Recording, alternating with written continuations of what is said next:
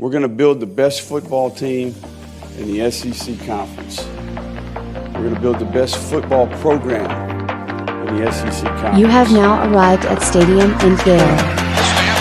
The kick, it's been blocked again! How about it? It's been blocked again! It's going to heave one deep down the field. It's going to be to the goal line. It's going to be gone! It's a touchdown! And the Gators have won the game! Tyreek Cleveland! How about it? I can't believe what I just saw! Dropping back to throw, pops and fires the ball over the middle. It's Dory! It's Dory! Got a touchdown! Dory got a touchdown! Oh man! Dory's got a touchdown!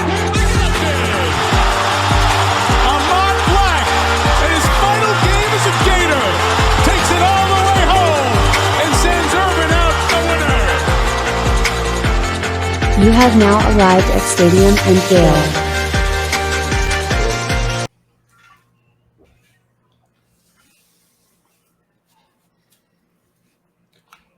Boys and girls, ladies and gents, welcome to another episode of Stadium Miguel. It's your favorite uncle, Silk. It's Dan. And Delatorre.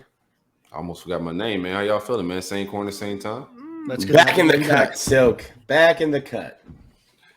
It's all good, man. Happy to be back. Missed last week. Had to take care of some family stuff, man. I hate missing podcasts, man. All 300 of the podcasts I do, I hate missing any of them. But yeah, we had a good time last week. It was Nick's flu game. Nick's still getting over it. It was we battled through. We battled through the entire thing last week with Batesy. But we had a really good show. We missed you, Corey, as always when we do when you're not here. But it's good to be back with you. And Basie never provides a dull moment, man. Good show last week, fellas. Thanks. So we're recording early tonight. National championship game. Who do you guys got tonight? And what's your final score? I got Bama. Give me 34-27. Bama. Nick, why? I'll give my take on why. Okay, so I like the better coach, better quarterback. Offense wins championships, defense wins championships, things of the past. The better quarterback gonna win this game, and the better coach. So give me Nick Saban and Bryce. I may sound crazy tomorrow. We'll see. Yeah, I think it's tough to beat a team twice, but it's also tough to beat Nick Saban if you give him 10 days to prepare for you. And I'm going to go with the Tide. Let's go 41-28. Ooh, wow, big score. I think it's tough. Like you said, it is tough to beat the same team twice. But I don't know what Georgia can do differently this time that they weren't able to do last time. I mean, I don't think that Alabama's not any smaller than they were. They're not any slower than they were. Their quarterbacks, even they are missing Michi, and I think Michi they got other weapons, but I think Michi is a big weapon that they're missing that kind of took the roof off of things the first game. Yeah, Mechie. I mean, it's a shame that they're going to have to replace Mechie with another 5-star. So hopefully they're able to do it. Man, it's got to be tough. It's got to be tough to be Alabama. A 5-star goes down, and then you got to figure out replace him with another 5-star. Which one? You got to figure that out. You got to figure that out. Good problems. Yeah, no, I mean, I think Alabama wins this one. I mean, I was talking to somebody today at the office, and they're asking me, like, aren't you tired of Alabama winning? I'm like, listen, Alabama winning another national championship to me does nothing, right? But it does do something if Georgia wins their first one in, my lifetime. So don't want to see either team win. But if I had to pick, I'm gonna choose what I believe is the lesser two evils because Alabama's still gonna do Alabama things. But if we can keep this one away from Georgia, I like being able to keep it away from them for a little while now. Well, I'm with you on that take.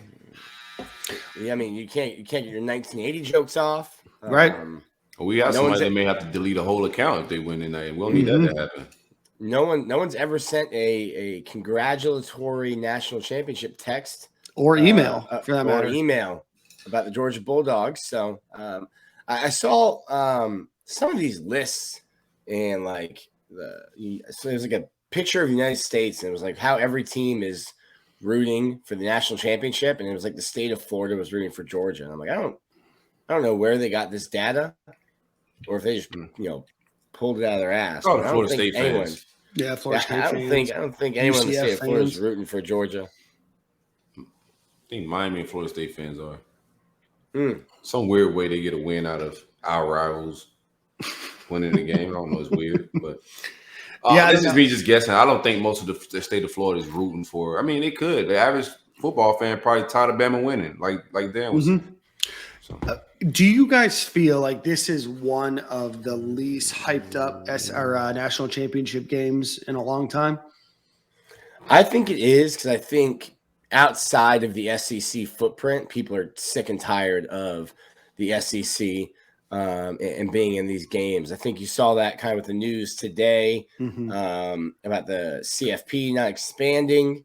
The SEC, it has to be unanimous, and the SEC has already said, like, hey, we're good at 4 and we're good at 12. We're not good at 8. We're fine with it staying how it is. Look, we have a whole national championship game with just us tonight. And if it goes to 12, you might get 4 SEC teams in that 12. So it's going to be one of the two, because it has to be a unanimous decision to change it. And I think people just don't like football because like these are like the best 2 teams. By far. I think so. And I didn't think when I saw Bama, live, I didn't think that they were that good. They certainly, figured some things out towards the end of the year. And gotta peak at the right time, Nick. Yeah. And they certainly peaked at the right time. If you look at what they did in Atlanta to Georgia, I didn't think anyone would do stuff like that to Georgia's defense, but Bama figured it out.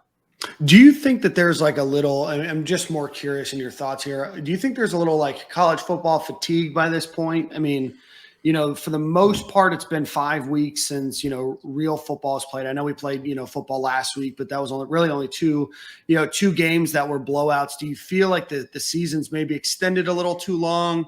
I mean, what do you guys think about the Monday night game compared to a Saturday night game? Yeah, I don't like playing a Monday night game. I get why they do it, but I think it should be on a Saturday night. It should be like a day off for everybody. Nobody's rushing home from work or rushing to do their content right before kickoff. It's an easier vibe, man. I think they should do it on Saturdays, but this is where we're at with it. But these are the best 2 teams by far. Yeah, it's money. Money's gonna talk. So that's why it's Monday night prime time. I don't see that changing. But I was watching NFL on Saturday, and I'm thinking, why can't we have NFL on Monday? Because they were doing like the Monday night football broadcast on Saturday night, and put college football on Saturday like it's supposed to be. Yeah. But yeah, money talks. So it'll be on Mondays, and we'll get a 4.5-hour game tonight. Yeah, no, I mean, this is my questions. I mean, I feel like you have other options beyond just Monday night. I mean, Saturday is the college day, right? I understand that Saturday is probably not going to be your prime, viewing audience, so we can even push that. I mean, you play the Super Bowl, Sunday night, that game's at 6. The NFL has proven that they'll move games around to accommodate that game, 1 week. Maybe playing it on a Sunday night. But I just think playing it on Monday night, especially when college football is predominantly, you're more East Coast, and maybe even central time zones. Obviously, you have some teams out in, California and Oregon and Washington that have historically had some decent teams. But for the most part, college football has been dominated by the East Coast. And to have a game that's going to go on, till at least midnight East Coast time, I think is a bit ridiculous. And I get it, right, for money, but it just, I don't know. I guess it's just frustrating more than anything. Well, that's a wash Dan take. Midnight on a school night? I'll be awake, and I'll still be up at 5:30 tomorrow. That's not the point. I think for me, there's just other people that are unlike me that don't want to do that. Yeah, I hope it's a blowout and I can just go catch up on like some other TV. That's what I hope. That's what I did for the SEC championship game. It got a little ugly. I got me a couple dog tweets off, and then I enjoyed, caught up on some television. So that's what I hope. I hope Bama, Nick Saban get in his bag, blow this shit out early. We can laugh at some mutts and get a nightcap. Speaking of which, before we get into the ad read, and then we'll get on to the show a little bit, we are welcoming Joey Ivie, former Florida Gators defensive lineman, to the show tonight. What are you watching on TV these days, Silk? The mayor of what was that? The mayor of Kingstown? Kingstown. Oh, very good, man. I just wrapped that up. What else am I watching? Catching up on everything more than anything. Wasn't prepared for this question. I'm watching a lot. That's fun. Yeah. Nick, are you watching anything good on TV? I'm looking for some options.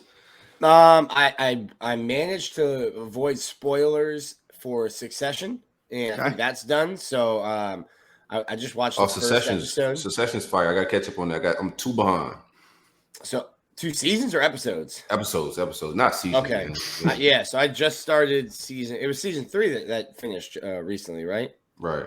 Mm-hmm. So I just watched episode 1, and then I think I've only watched 1 season of Yellowstone, so I've got 3 to catch up on.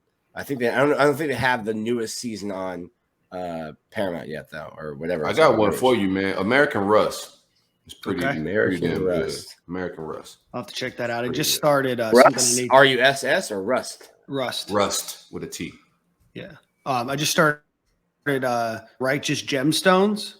It's, very funny. It's on HBO with John Goodman, with Adam Devine, with what's his name that played Kenny Powers. Very, very funny show. Oh man, I'm 5 episodes into that one. So I'm tapping into that tonight. Yes, sir. Pause. But yeah, check out American Rust, man. A lot of suspense, murder, a little thriller. Good shit. It's on Showtime. Oh, very good. We'll check that out too. We got to add to the list. I mean, now that that college football's wrapping up, all we got is hockey season left, and then we got some prime TV watching over the next couple. Don't we months. supposed to be riding the Zamboni soon? What's up with that? We sure are. Oh, Stick around. Stay tuned. We're Is it a stick shift? No, I think it's automatic. I can drive both. There you go. All right, let's get on the show. A lot of announcements to make, coaching hires, and then we'll get into Joey Ivie. But before we do that, let's give a shout out to our new title sponsor, Alan Horn, who is going to be the new title sponsor for Stadium and Gale, a former UF alumni and former Gator baseball player. Alan is a State Farm agent in Jasper, Georgia, that specializes in auto, home, renters, life, business insurance, and retirement planning in Georgia, Florida, Alabama, and Tennessee. Check him out at Alan Horn, HORNE, insurance.com. Again, AlanHornInsurance.com. Give him a call at 706-692-2888. And Alan and his staff will quickly get you a quote and make sure that you understand your coverage and answer any questions you have.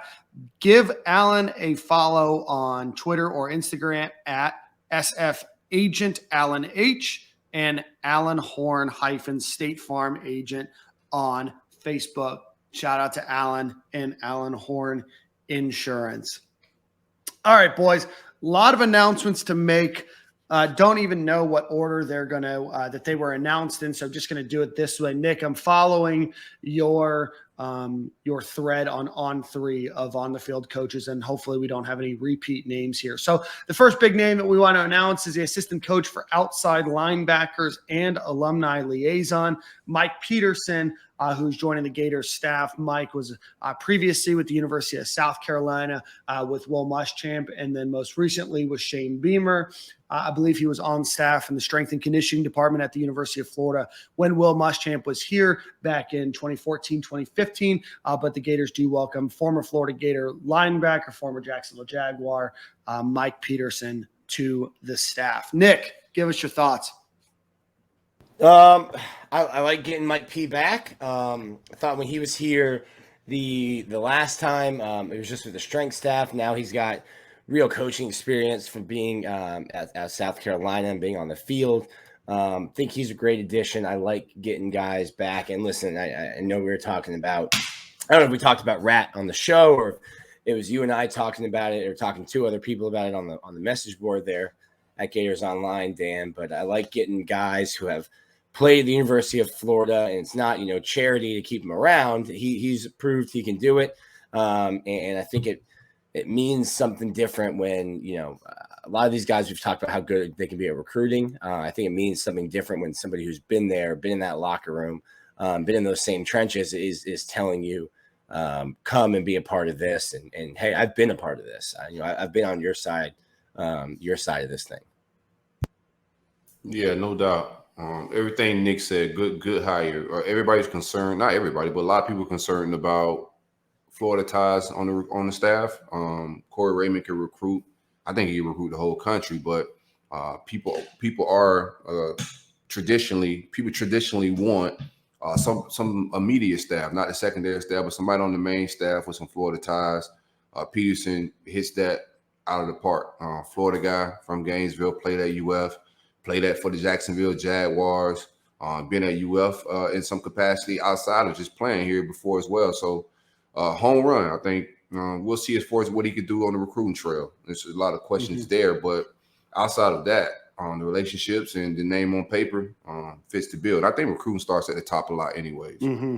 Yeah, I think you're exactly right. I think it's a cultural thing. I think that, Correct. Unless you're a weird or a different kind of guy, which I know Mike P isn't, had the chance to meet him a couple times, very down to earth, a super knowledgeable guy. I think, when it comes down to, like you said, Silk, I think a lot of it comes down to being held accountable, doing what you're supposed to do, following through, with prospects and players more than anything, which is, I think, what was missed, with the last staff, or what you hear when you hear bad recruiters, yes, there are some, different or unique personalities that maybe don't mesh well, with these college kids, and maybe they're more of an X and O's, type of coach. But I think, it starts at the top, and you can see the staff and the, what they're calling Billy's Army that's being built around them, is going to allow them and enable them to really focus on relationship building with these guys, but also, not miss a lot of the small steps, birthdays and important dates in these guys and kids' lives, and checking up on them and their grades, or checking on whatever new album of their favorite artist that they just dropped or listened to. All of those details are going to get helped handled by the staff that's being built. So I'm excited about Mike P. I think it's been a while. I'm trying to remember, Nick, maybe you can help. I think Kirk Callahan technically went to UF, but I'm trying to remember the last UF graduate that was a coach at the University of Florida. When you say names like that, man, that was a wild hire. I think that he's selling insurance now. No offense, but Nick, I'm trying to think who the last name was of a coach that went or played at UF that's coaching here now. I mean, you probably have to go back quite some time now. Yeah, I'm trying to rack my brain. I don't really know. I mean, like Sharif Floyd is a undergraduate assistant as he finishes his degree, but I'd have to go back. I'm sure somebody, we'll see it on social media tomorrow. You know who? It was the defensive backs coach that actually just passed away last year. Aubrey Hill. Yeah, I think that's probably the last Gator to be a coach. I could be wrong. I'm sure Twitter will be more than happy to correct us in the morning. Right. But I'm excited to welcome Mike P back to the University of Florida. I know that he's a name that people always throw around kind of on their dream staffs of people that they want to bring back. I had him on my dream staff. There you go. I was just throwing a name out there. A good get. It came out of left field for me. I wasn't expecting it at all. It was a name that a lot of my group chats had buzzing that we would like on staff, and we were like all trying to figure out who could be that Florida guy. So good hire, man. Get him out of South Carolina. We owe Shane Beamer one. Nick, what was this a name that you had heard, before the announcement, or? I think there's.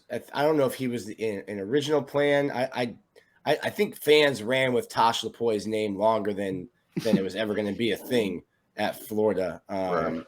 I know Tosh was vetted, and I think I told you guys, I don't think Tosh gets past the vetting. Tosh was rehomed by Nick Saban because I think the NCAA was starting to sniff around Alabama, and it was good for Nick Saban in Alabama and Tosh to get him to Cleveland at the time when he did, and he hasn't been back to college since. A bunch of that I talked to. He's back in college now. He's at Oregon. Right. A bunch of people told me that Tosh couldn't coach in the SEC, but they didn't give me any reason as to why. So I thought, well, maybe that doesn't have legs, but a bunch of people had told me that. I think Tosh didn't pass vetting at Florida, and I think they quickly pivoted to Mike P to be the outside linebackers coach.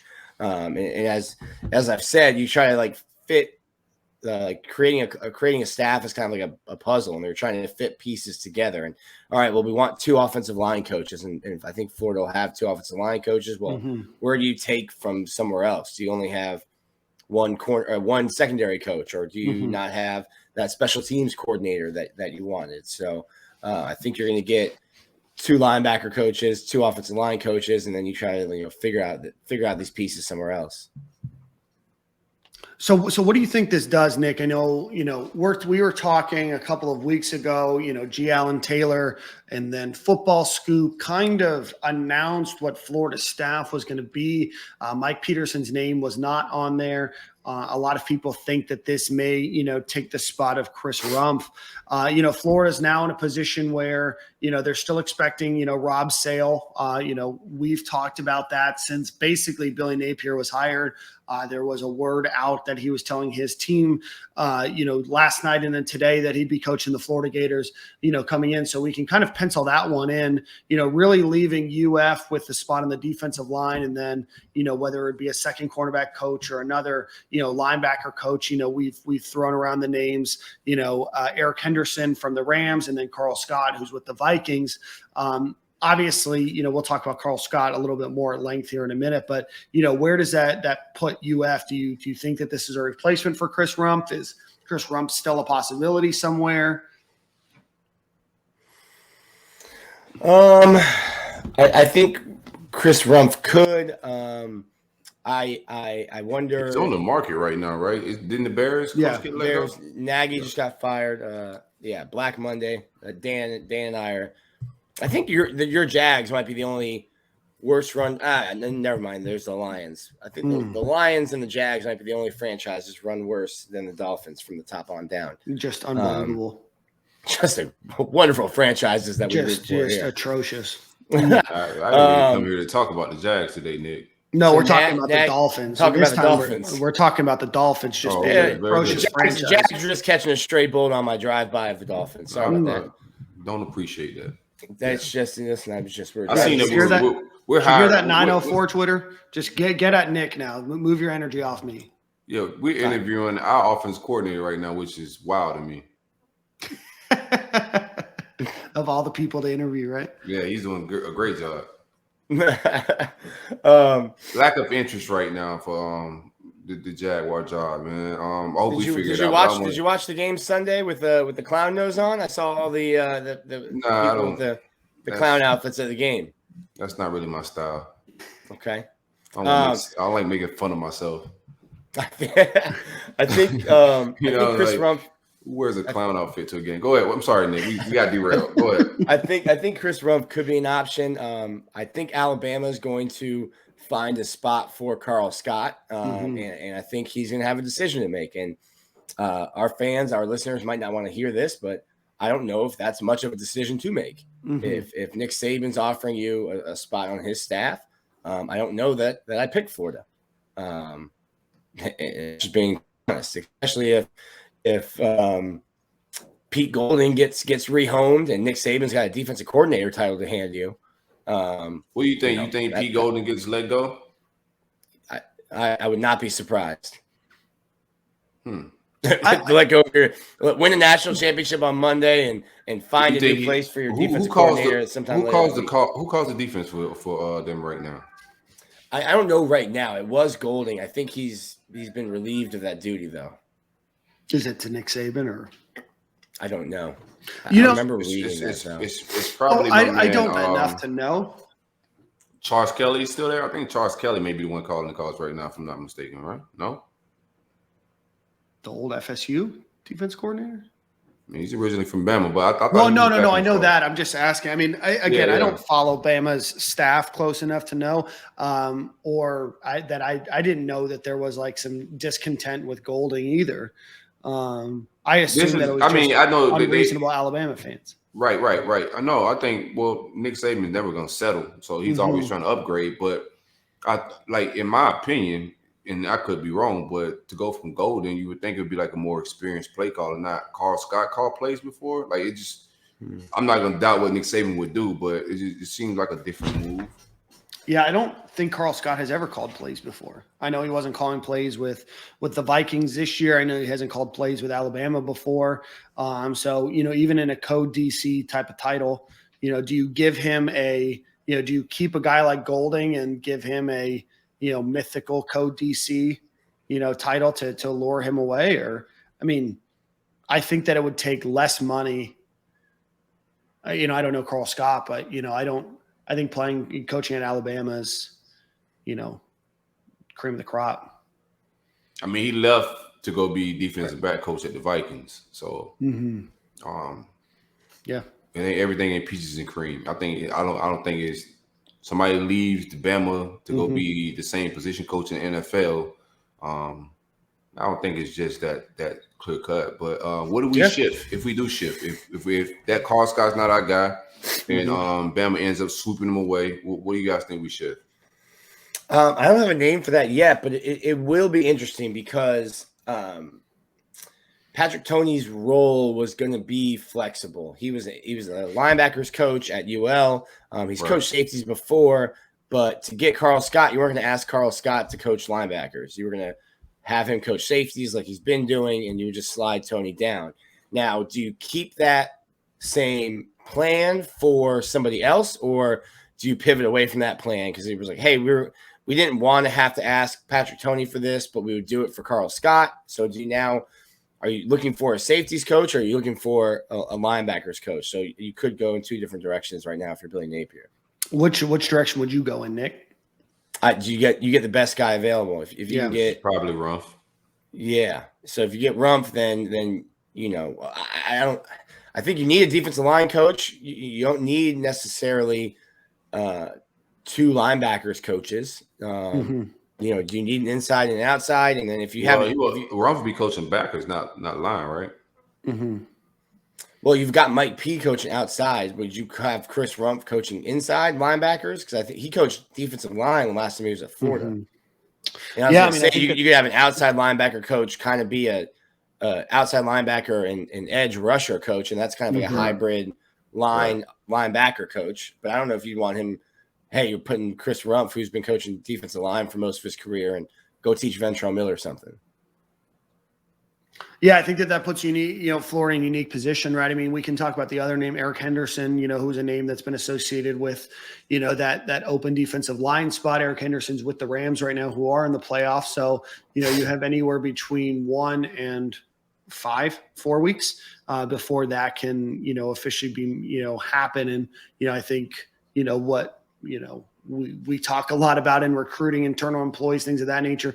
Time kills all deals. So you just don't know, right? Other names, other schools can enter the fray, other teams can enter the fray. Is there a chance that, if a spot opens up, Eric Henderson might be a DC coach, opportunity, or it might be a DC opportunity available at the NFL level. Who knows? But I think that a lot of people have slated him into that role. With that being said, if he doesn't come, Rumph could, certainly take that role, and lead you to, maybe a safeties coach or something. No, I think you slide Toney to the safety coach, right? Yeah. I think missing Carl Scott puts Florida in a tougher position. I think they get it solved. I think they solved the problem, but like Carl Scott takes his staff over the top, especially on the defensive side of the ball. So it will be a blow, like what we thought was coming. We'll see if it happens, but I think if Carl Scott's in the fold, this is an A staff, especially on the defensive side of the ball. If he don't, we still have a good staff, but that's definitely a blow, and it strengthens Bama. That's the world we live in. But if we don't, it's what a win, right? Like say, like Toney, like not Toney, but say Napier pulls this off. We get Carl Scott. That's a hell of a win if we do pull this off. I think that Florida has money to offer too, right? I mean, I think. Nick, we talked about it on the last show. Maybe it was 2 episodes ago, so maybe you were there. You start to add all of these names. Like Florida has a ton of money to give out. Right. And I don't think they've given out a ton of money yet. No. Right, for assistant coaches. right? Like take off-field staff completely out of this. I still think that there's a lot of money to be made. I don't think any of these guys were huge dollar hires. I don't know. I think Corey Raymond probably. Corey Raymond's making $1 million. Okay. Tony's probably making close with a OTC role. You think he's making that much? I'm also wondering if he's not making like $600,000 or $700,000, which is, I think you make at least $400,000 I think you make at least $650,000, $700,000 as a co-defense. Getting that title adds money. Yeah. Whether it, when Rob Sale about $700,000, I'd say $700,000-$800,000 to be honest with you. I don't think. Listen, I hope they get as much money as possible. I hope it's not my money, so I hope that these guys. I'm just gauging what the industry's making. Like the average OC is not making $600,000-$700,000. They're closer to $800,000 for like, especially in the SEC. Like this is what it is. So I'm pretty sure he's closer to that, but we still got money to spend. I think my question is, you bring over a guy at UL that was probably making $200,000, you give him $700,000, right? Like it could still be below industry average and, life-changing money right there, I think if they're gonna land Scott, it's gonna be the relationship that he has with Napier, opportunity of being able to excel and move up at UF faster, maybe Bama. That's what they're gonna have to sell, and maybe being on the younger staff. Georgia, Kirby won some of those battles with Nick. He took some staffers, so you got to win those battles. That's just what it is. We got to win staff battles. We won the Corey Raymond battle. We wasn't the only ones that wanted him. A lot of teams battling for him. We won that out. So these are battles that we got to win. We got to beat Bama and Georgia for some of these staffers. Absolutely.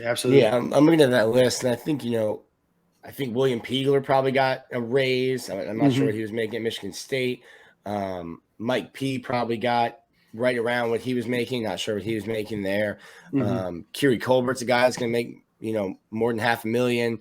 Jabbar Jalouk's probably right around that $500,000 mark. And I think Corey Raymond would have made it. Will probably be over $1 million.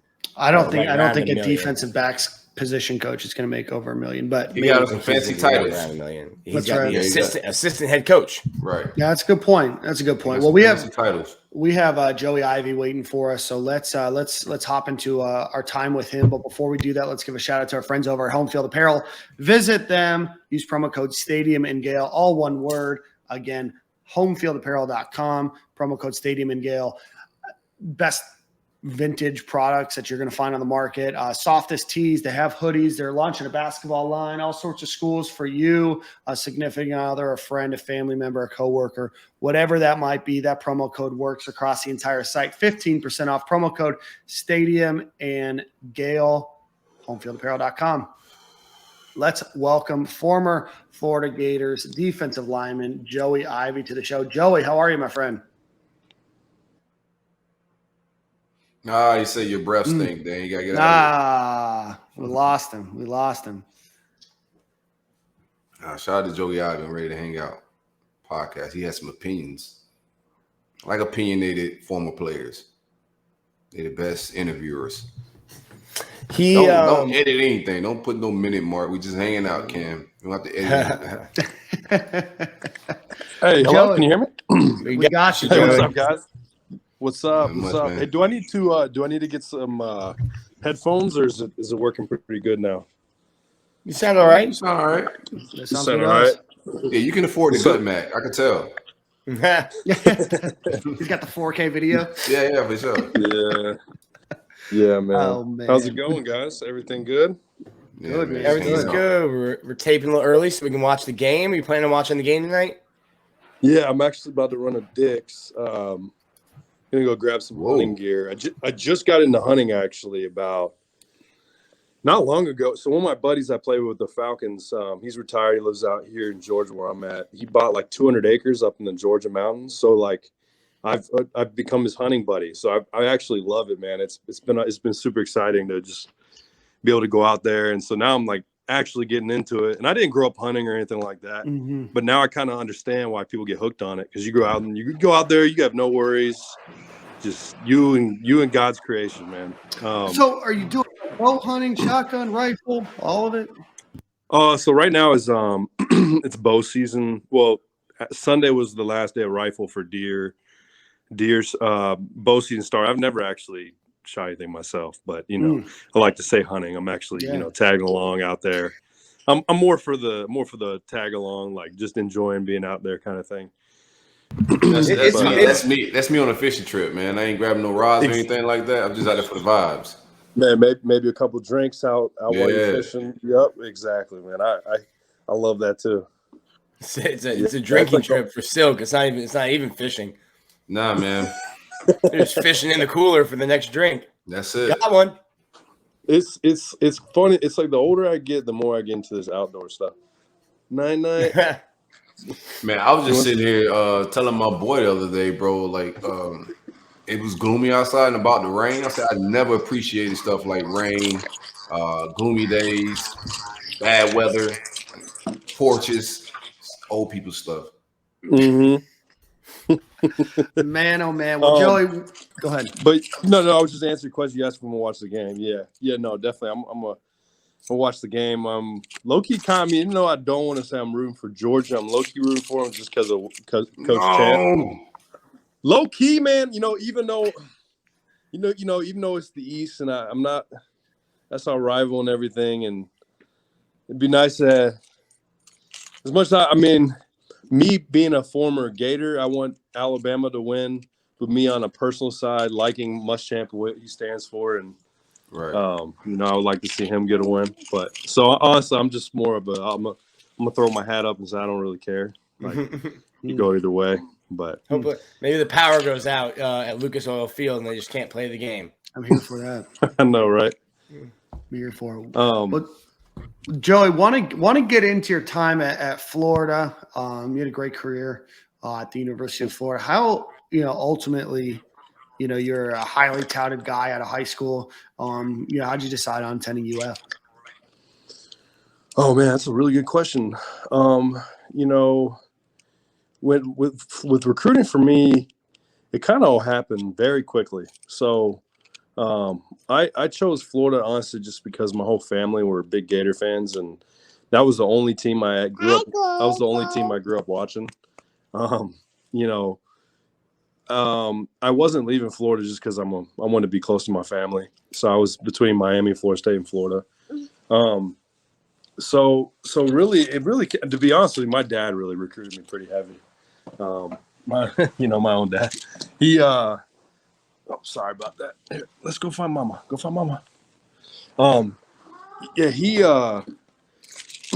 He really wanted me to go there. I think he had a good relationship with Coach White. I don't know if y'all remember Coach White. He was the running backs coach. I think is he at Boston? He's somewhere. I think he was at Boston College last, but yeah. Yeah.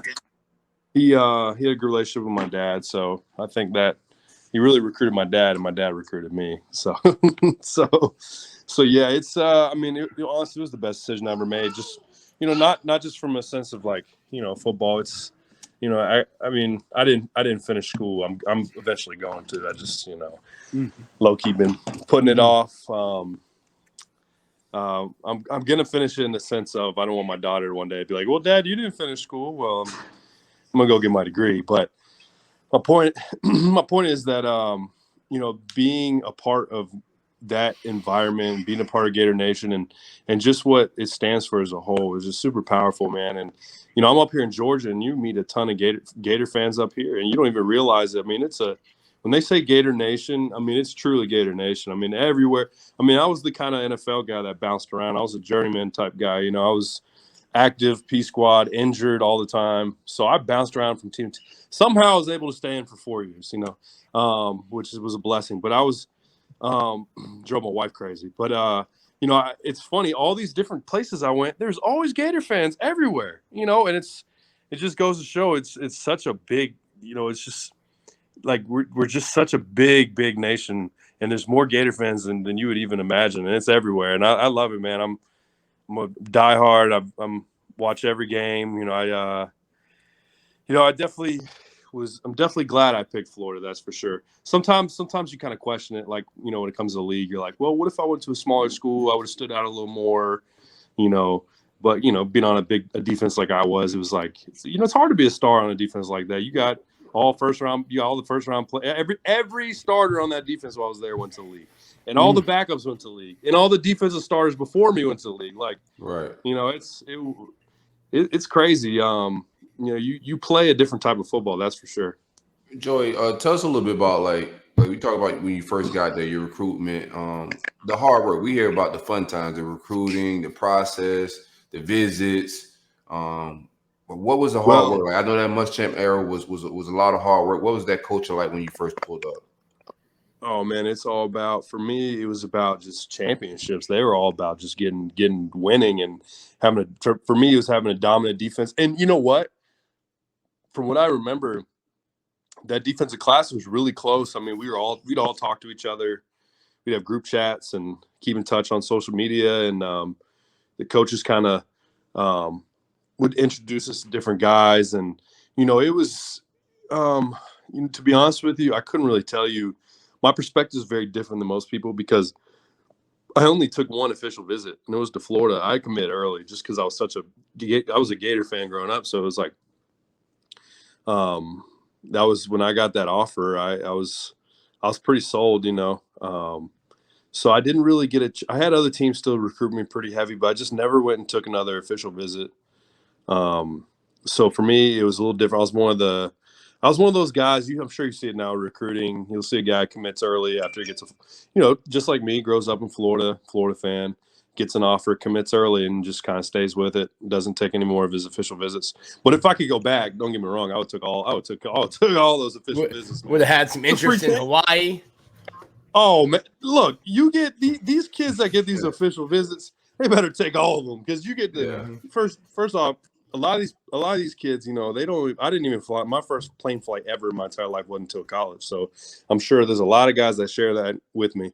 So, you know, when you get the opportunity to get your plane flight taken care of, you get to go stay somewhere at a nice big school. You got the older guys taking you out and enjoying yourself. Like, these recruits should take advantage of that. I mean, in the back of their minds, they got to know where they're going to go. But, you know, if I could go back, I definitely would have took advantage of it and got to, you know, maybe going out to Texas. And sometimes, Joey, they take those visits thinking they know where they're going, Joey. That's what so I'm glad you didn't take visits because sometimes kids take these visits like, yeah, I'm going to Florida, and then they end up in another city with, you know, a wild night, and then the rest is history. You're right. I mean, I guess you don't know it till you really experience it. I mean, you could go take a visit to Texas and you're like, wow, I thought I loved Florida, but now that I'm at the girls are prettier here. The food's better.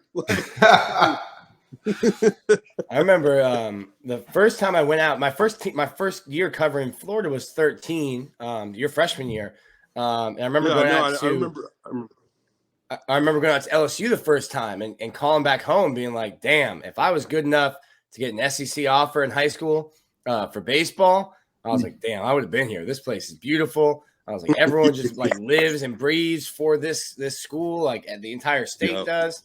Yeah, that was a fun trip. That's always a fun trip. And talking about food, you can eat down there. Mm-hmm. Yep. Yeah, it's that's a good point you made, Corey, about that though too. I never like you said, my perspective is a little different because I just stuck with Florida, but yeah, you're right. Maybe if I did take a visit somewhere else, they might have. You know, when you're young like that too, you're what, 16, 17. Yeah. Mm-hmm. You're just a kid. Like, you're just an impressionable dude. Someone can easily sway you. You know, we lost one. We lost Corey. Well, Joey, since we're talking about that, talk to us about the transition of going from, you know, high school to college, and obviously being a defensive guy, you know, under a defensive head coach. I'm sure that was, you know, a nice perk to have. But what was that transition like from high school to college?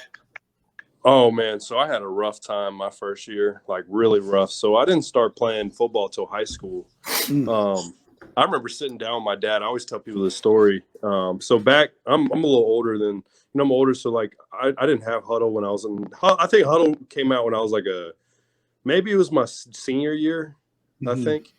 So maybe it had been out, but we just weren't up to date on that stuff. So so basically, I remember sitting down with my dad my sophomore year, burning CDs of my highlights. And I'm looking at my dad. Yeah, it feels like I think they had Huddle. You shouldn't have been burning CDs. Yeah, right. Yeah, but, you know, we didn't know crap. Exactly. Pasco County. You just said it. That's Joey's it. like, I had like an old film reel. I was actually cutting film at night and sending the film to coaches. Yeah, man. So we sat down, man, and we burned these CDs. And I remember my dad helps me make a highlight tape. I remember looking at my dad. I'm like, there's no way I'm getting any scholarship offers. And this is after my junior year. And I don't know crap about because I didn't start playing until my freshman year, really officially playing football. I really started playing defense until my second year. I came in initially wanting to play quarterback, and then they were like, nope, you're a big guy. You're playing O-line. And then they realized I was an athletic big guy. So then I ended up playing defensive end, defensive tackle, fullback. So anyways, after my sophomore year, we make that CD highlight tape. We put together a highlight tape, sent it out to this recruiter named Ricky Saylor. I don't know if you ever heard of that name. He does like a lot of the 7-on-7 tournaments in Tampa, Florida, and like does the unsigned preps. I don't know if you heard. I ended up doing a tour bus with them. Awesome guys. I haven't talked to them in a while.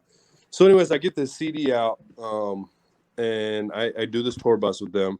I get the CD out, and man, next thing I know, like a week later, UMass calls me, and I get my first offer. And then when you get your first offer, you get on the radar, and then all of a sudden they all just start coming in 5 offers, 10 offers, 15 offers, 20 offers, 25 offers. And, it was a blessing, man, but I was in shock because I didn't even, being that young, I didn't even know I was good. I didn't know I was a Division I athlete. I thought for all I knew, I was going to go to community college because I didn't grow up in a wealthy family, or I was going to go to the military and pay my way through a big school. That was kind of my mindset. What's it like when you found out you was good? What was that feeling? It was definitely a confidence booster, man. What's the first offer that made you feel that way, though?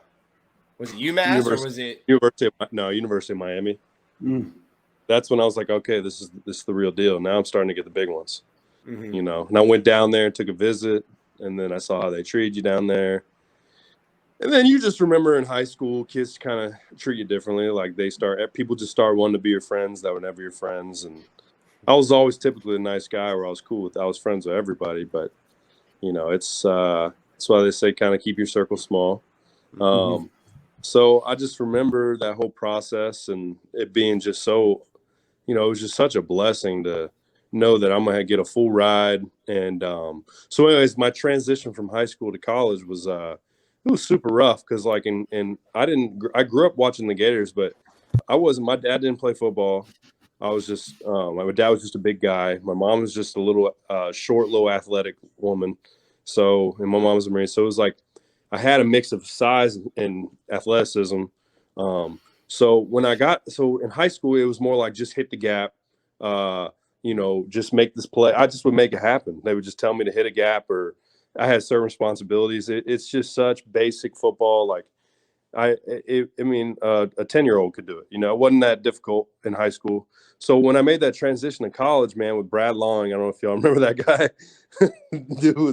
I actually liked him a lot off the field, but man, he made me hate football when I was on the field just because me, Caleb Brantley, Jordan Sherritt, who else was there? There was a lot of us. I remember when I got there, it was like Dominic Easley was still there, Ronald Powell, all them guys. But like Coach Long was like, he wasn't taking shit from anybody. I mean, he was cussing you out, telling you you're stupid. Like, what are you doing? Like he told T. Riles, he's like, you're gonna be working at Walmart if you keep this up.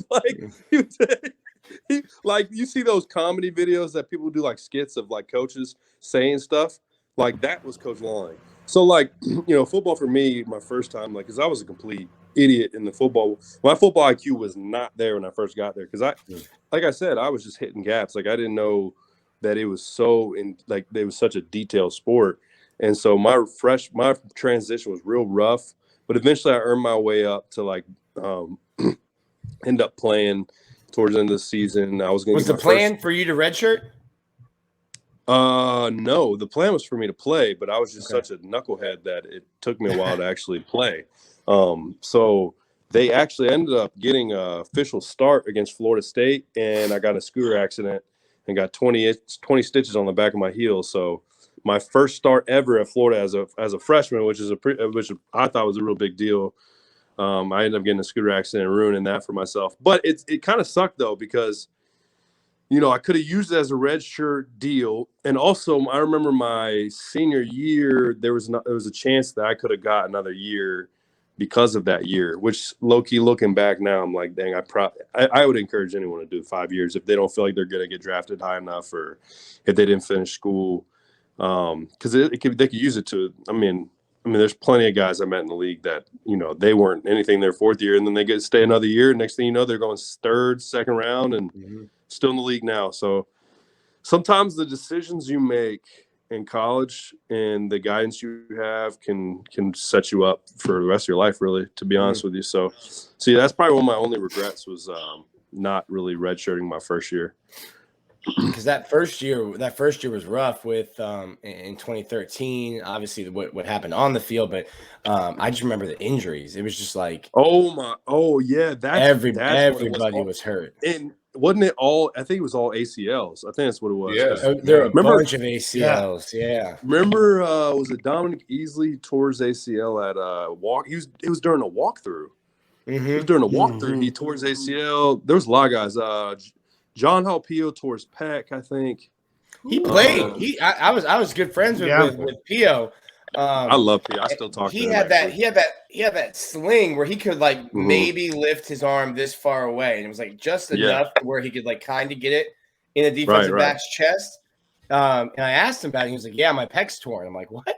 You're pushing defensive linemen with a torn pec?" That's wild. Yeah, that's wild. Yeah, actually, I was super happy for him. I think he missed that entire year, that whole I think he missed all of 2020, and he just got picked up this past year by the Niners. So I was super happy. I was super happy to see that. He's someone we need to get on because he had a great story. He was out of the league, selling cars and just working out at 4:35 a.m. to stay in shape and waiting for a call. Yeah, I can send you his number too. I talked to him probably about 2 months ago. I talked to him. I keep in contact with some of these guys. Florida's got a bad history with some guys. They go to the league and they think their egos get very, very, very, very high. I'm not. Oh, no doubt. You can ask any NFL recruiter, GM.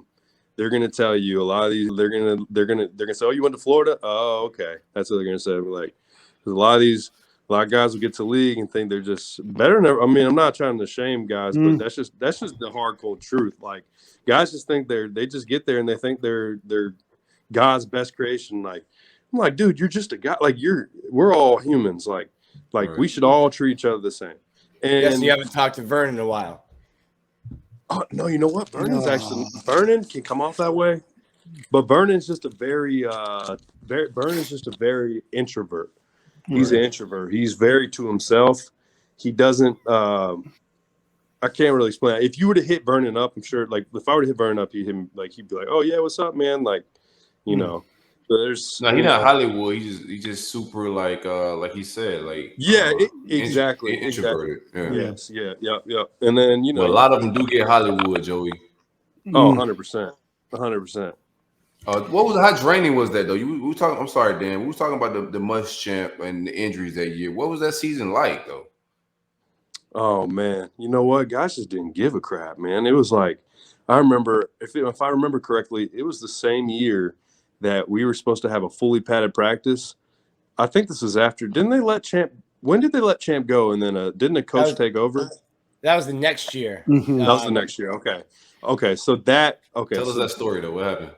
That was the next year. But okay, so I just remember it was hilarious. It was like Mike T and like Morrison and all of them. They were like, you know what? Screw it. We've been practicing our ass off and we're losing. We're not doing pads. So everyone took their pads and stacked them up. Like, what? They just stacked them up in a corner. And we basically forced the coaches to not to do a non-padded practice. And then I think the same year that's hilarious, bro. The same year we did who was it? T. Riles and all them. They did they said screw practice. We've been practicing our butt off. They turned the team room into a club and they did strobe lights and like a bunch of random stuff. And everyone was in there playing music, had music videos on the screen. What the hell did the coaches say when you guys did that? Well, I think they liked the fact that we came together as a team and did something as a team. So they were kind of at that right, and at that point, moral victory still. You know how toxic Right. the environment got to be where that's a good thing. I think at that point, like, I mean, if I'm a coach, I'm thinking, okay, what am I going to do here? Am I going to be an asshole and have my players hate me?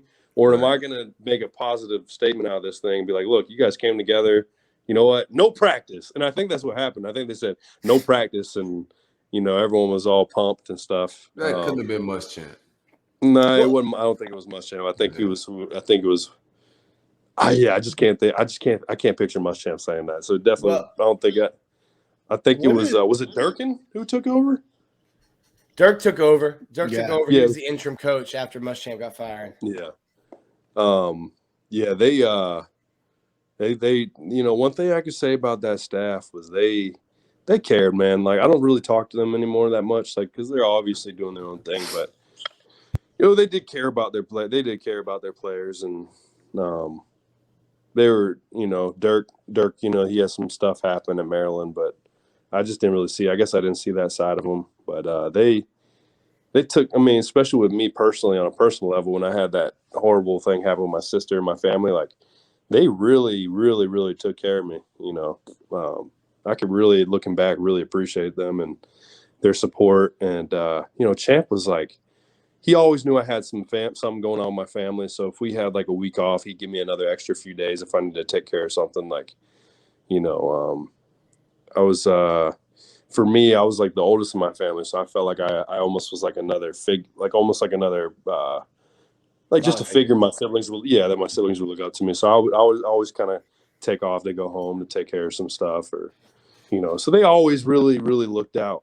So in a sense of that, it was great. I think Champ is a really good, obviously a defensive guru. I just don't know if he's really meant to be a head coach. I mean, it's kind of to me now, football is more of like a track record thing, Right. But he might get somewhere and be a head coach one day, and then it takes off. I mean, is it me, or is Champ like the most? Is he the most fired, highest paid coach there is? I mean, he's been everywhere. Listen, Florida, best job. I mean, he's got Auburn, he's got 6 or South 7 generations Carolina. worth of buyout money. It's crazy, man. Like, I would be fired 20 times to get that check. Listen, if you want to start a small business, hit your boy Champ up. He's got plenty of money. He can make an investment in something.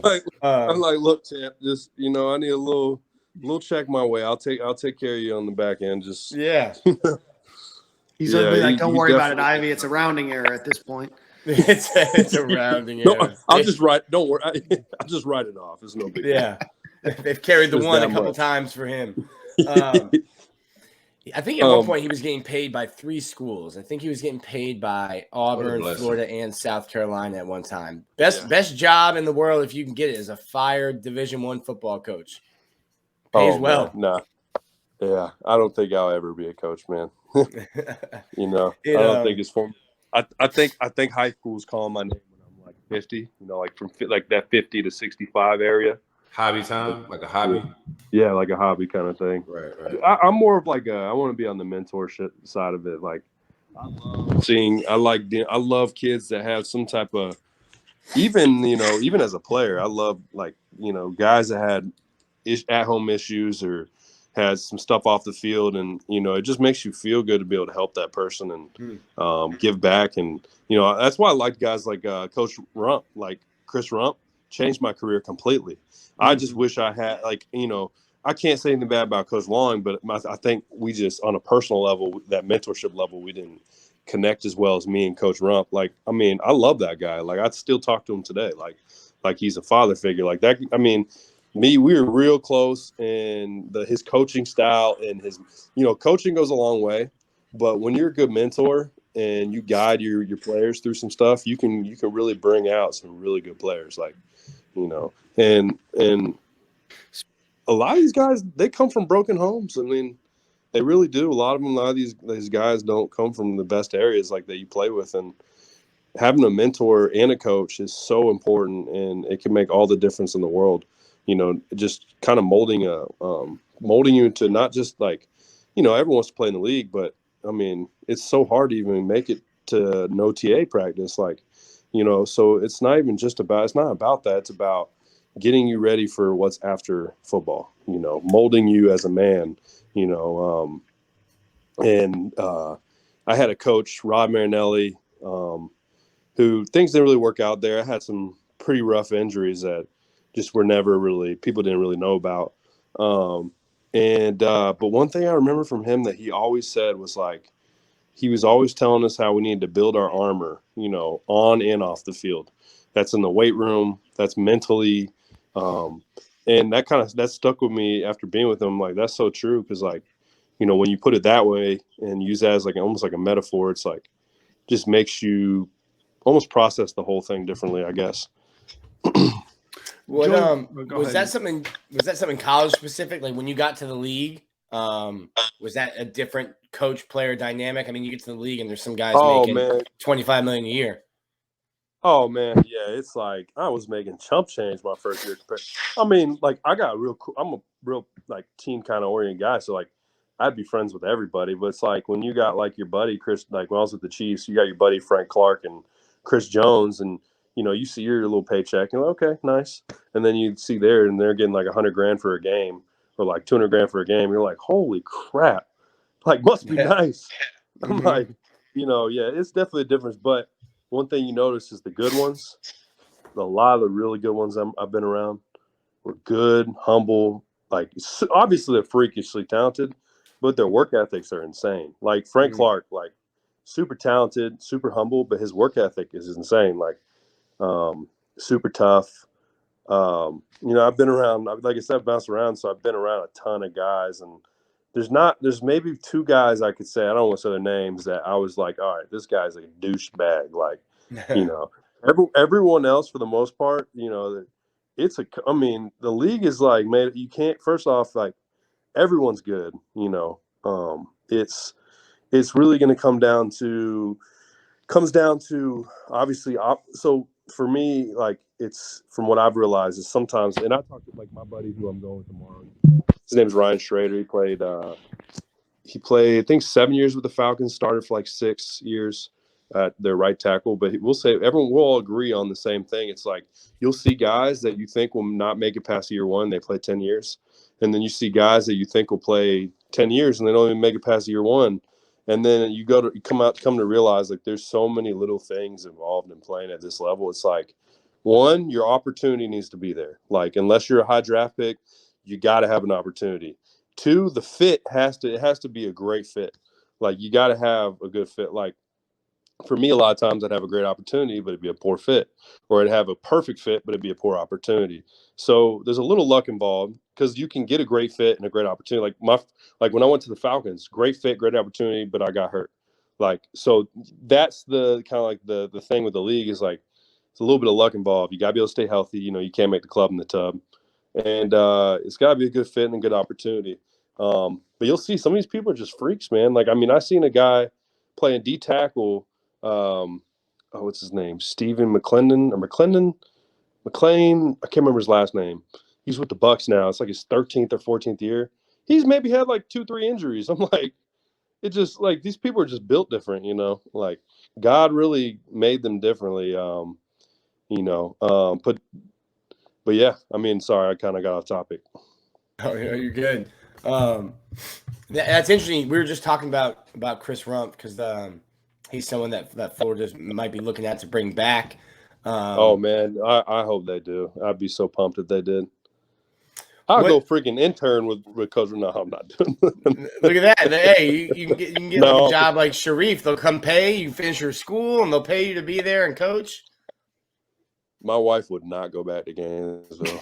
Hey, happy wife, happy life. That means you're not going back to Gainesville. Gainesville. You know what? I mean, I could maybe convince.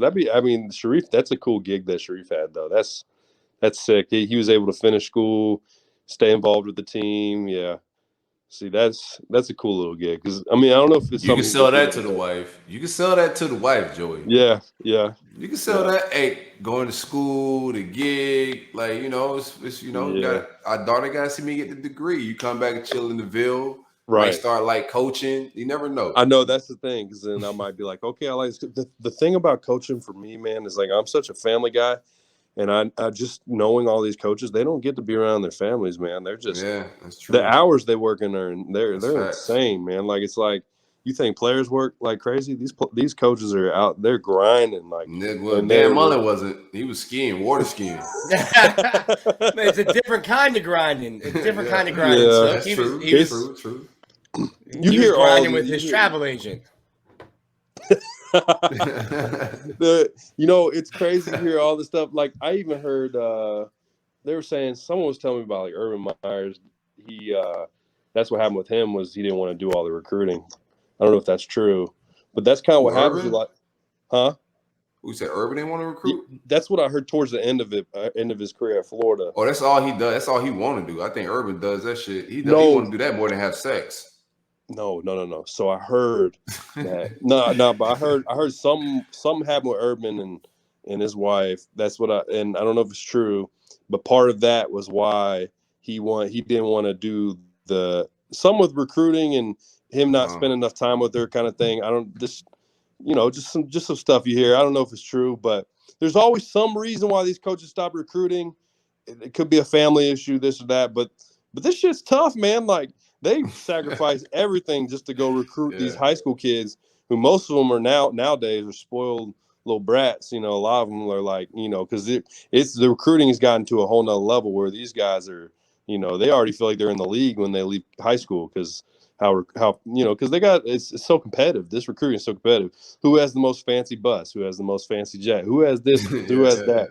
Like, who has the best food? Like, it's literally just a show-off competition now. You catch any flack for your Dan Mullen opinions during the season? You know what, man? I was a little guilty of what's it called? Not being a little emotional, I guess. Like, instead of just having. What was the word I said? What did I say to you, Del? I can't. I think I remember what I said. I have to go back into it and look at it. I know what it was. I said I don't think my emotional intelligence was all there, because I should be representing myself probably in a more mature manner, just because. I am a former Gator. Kids look up, like former guys might look at, like, for example, I had during the off season last year, I went and did mini camp with the Raiders, and their first round pick who played at Bama, I think he was offensive tackle. He was like, he came up to me. He's like, "Hey, are you Joey Ivie?" I was like, "Yeah." And like, wasn't a huge name or anything, but this stuff makes you feel good. And he goes, "Man, I was a huge fan of you when I was in high school." I'm like, damn, look at you now. You're a first-round pick as an O-lineman.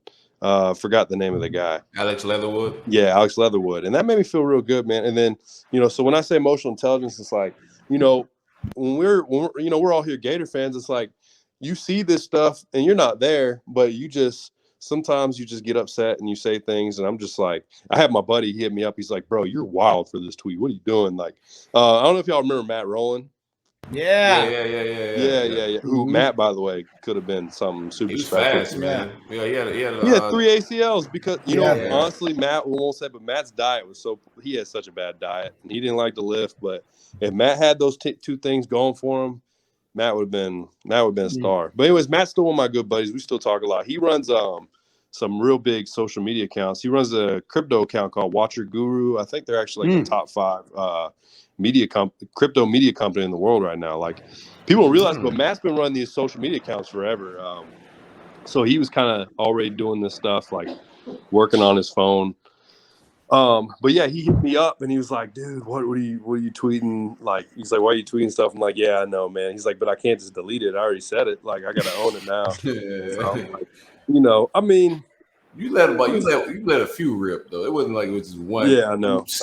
I liked it. I ain't gonna lie to you, man. I like your energy, man, because I felt like you felt. I felt like Dan Mullen was throwing the season. So when you tweeted he was throwing the season, I said, thank you. Low key. And then people were like, what? One thing you learn about social media, especially being like, people are going to say negative things to you, but honestly, you just got to have that. I don't give a F what you say to me. You're not going to change my day-to-day life. Like, you can say whatever you want to me. You can call me all the names in the book, and I'm just not gonna bother.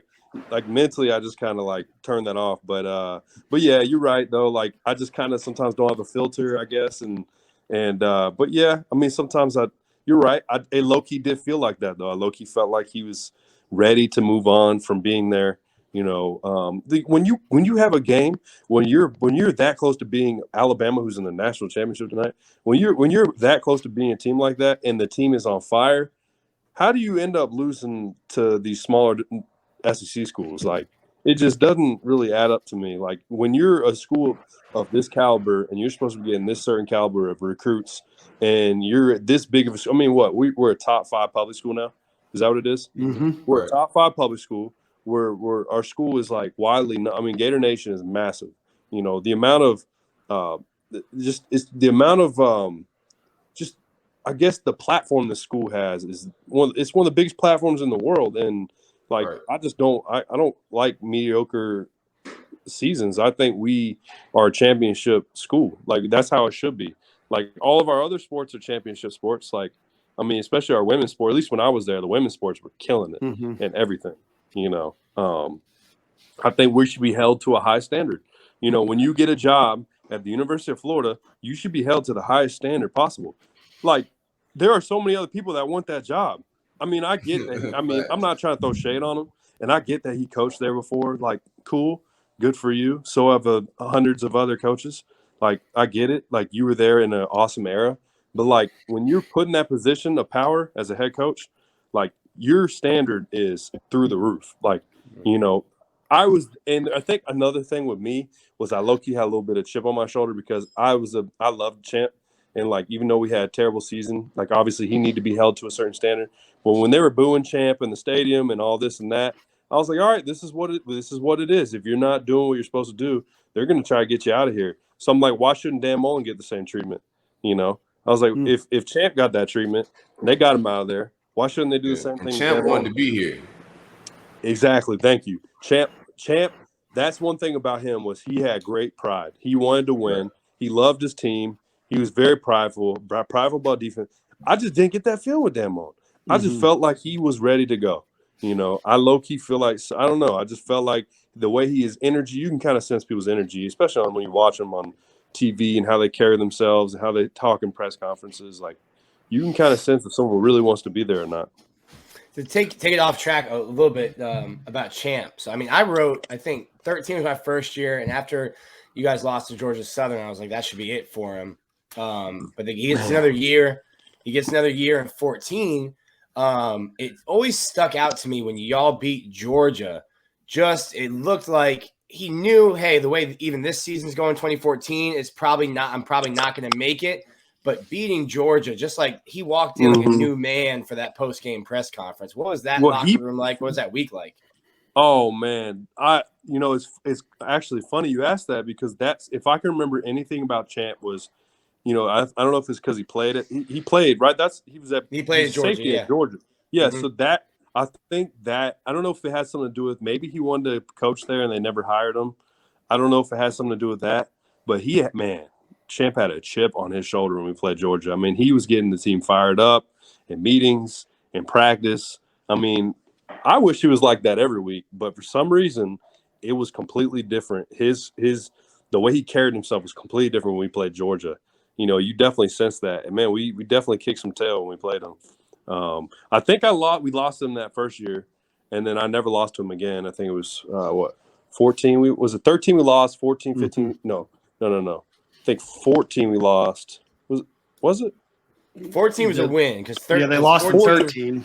Well, ask me, Joey. I don't know. Yeah. No, you're right. You lost your freshman year, and then at the next 3 years, and then sophomore, junior, senior year won. It never beat Florida State and never beat Alabama though. Those two is a punch in the gut. Nick Saban hasn't lost to a team from the East since 2010. So you're not the only one, Joey.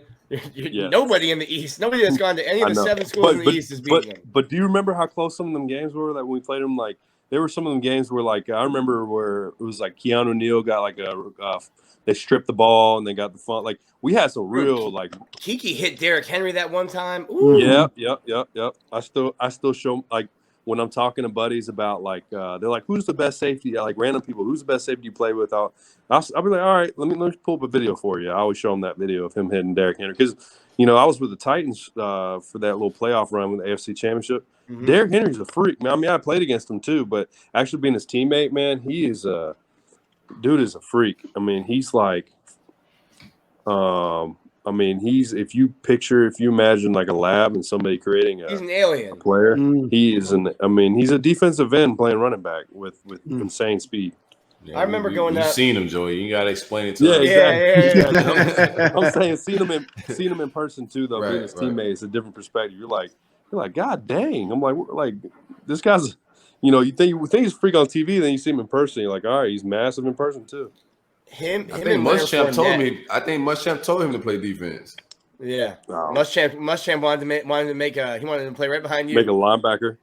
Yeah, he wasn't wrong. Like, I mean, he could have been whatever. He could have been whatever he wanted. I mean, facts. With his speed, though, like, imagine him running somebody down.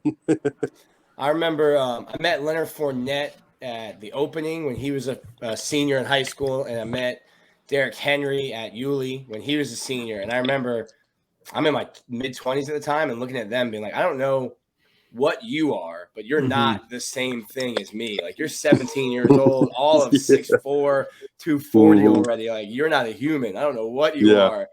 Those guys are, like you said, a bunch of guys you met in the league. They were just built differently than us. And he's got a great work ethic, too. Like, Derrick's always working. I think that's one thing I really respected about him is he's a grinder, man. He deserves it. Takes care of his O-line, and, they respect him. I got actually important questions, Joey. Yeah. Who had the best hands on the team? Who fought the best? At Florida? Yeah. Ooh, that's a good question. That's a really good question. Okay. So I would say my first year, it was Ronald Powell. Ropo. And he also Cali boy, eh? He just came off as intimidating for people too, though. I remember a tough guy that, it's real sad what happened to him, Naran Ball, rest his soul. One of the nicest, sweetest guys I've ever met my entire life. Like, hands down, one of the best teammates I ever had. But I remember him and Ronald were real good friends, but friends fight. I remember they got into a little scuffle one time, and I was like, holy crap, Naran's got some good hands too. So I remember Naran. Antonio Morrison, you would think that he has great hands, but I don't know. There's definitely some other people. Antonio Morrison was more of the intimidating guy. He was the guy who was like, this guy would probably kill you if you say the wrong thing. But he might lose the fight, but he's going to come back with a knife. He'll win it eventually. Got that murderous energy about him. Right. But when you really get to know him, though, besides him not being able to have a sense without dropping the F-bomb, like I remember, and it'd be hilarious to make fun with me, like, he'd call plays in the hub like F this, F that, F this, like every word's the F word. But he, when you really what happened when? No, go ahead, finish. No, I got another question. When you really get to know Antonio, though, he had a good heart, man. He was a good dude. He just, obviously has some. I don't know if it was impulse decision making issues that he had, but back I had to write a bunch of stories that weren't football about him, Joey. That's what I had. Oh yeah, I was about to get into that, but I'm not gonna do that. Yeah, no, I don't want to. Yeah, but yeah, Ciante Lewis, I remember he had some good hands because he had real long arms. So I remember, and we had, it was funny. There wasn't a ton of fights, there'd be like little tussles at practice, but we did have like the little, on the Gator head, we had those little ropes that go around it. We would take the ropes and we put them somewhere else, and we'd make like a little boxing ring with boxing gloves.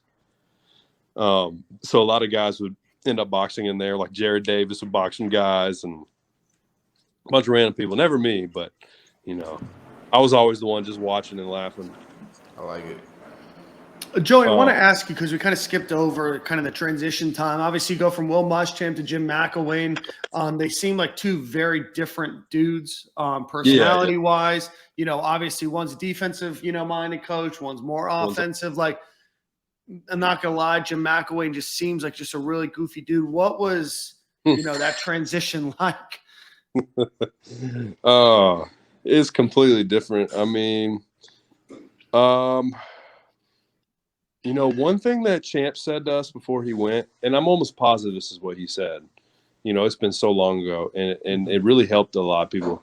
He said, I think it was him that said this. He was like, no matter who comes in, you got to buy in. Like, you got to buy in. You got to take what they're selling, because you'll never be a good team without everyone buying in. No matter what it is, just buy in as a team. And so we all kind of bought in when McElwain came in. You're right. He's a little bit of a goofy guy. He has his little goofy chuckle, and he makes those little funny comments, but he means well. Definitely an offensive-minded guy, but when we talk to him one-on-one, he means well. He's a heartfelt coach, but I think he's one of those guys that was ready to get out of there. I don't know I think it might have just been almost like overbearing for him, like too much pressure on him. It definitely was a different feeling than Dan Mullen. I think it was a different feeling. I think this was more of he wasn't ready kind of thing, maybe. He didn't get that, like, it wasn't good enough to win the East. Mm-hmm.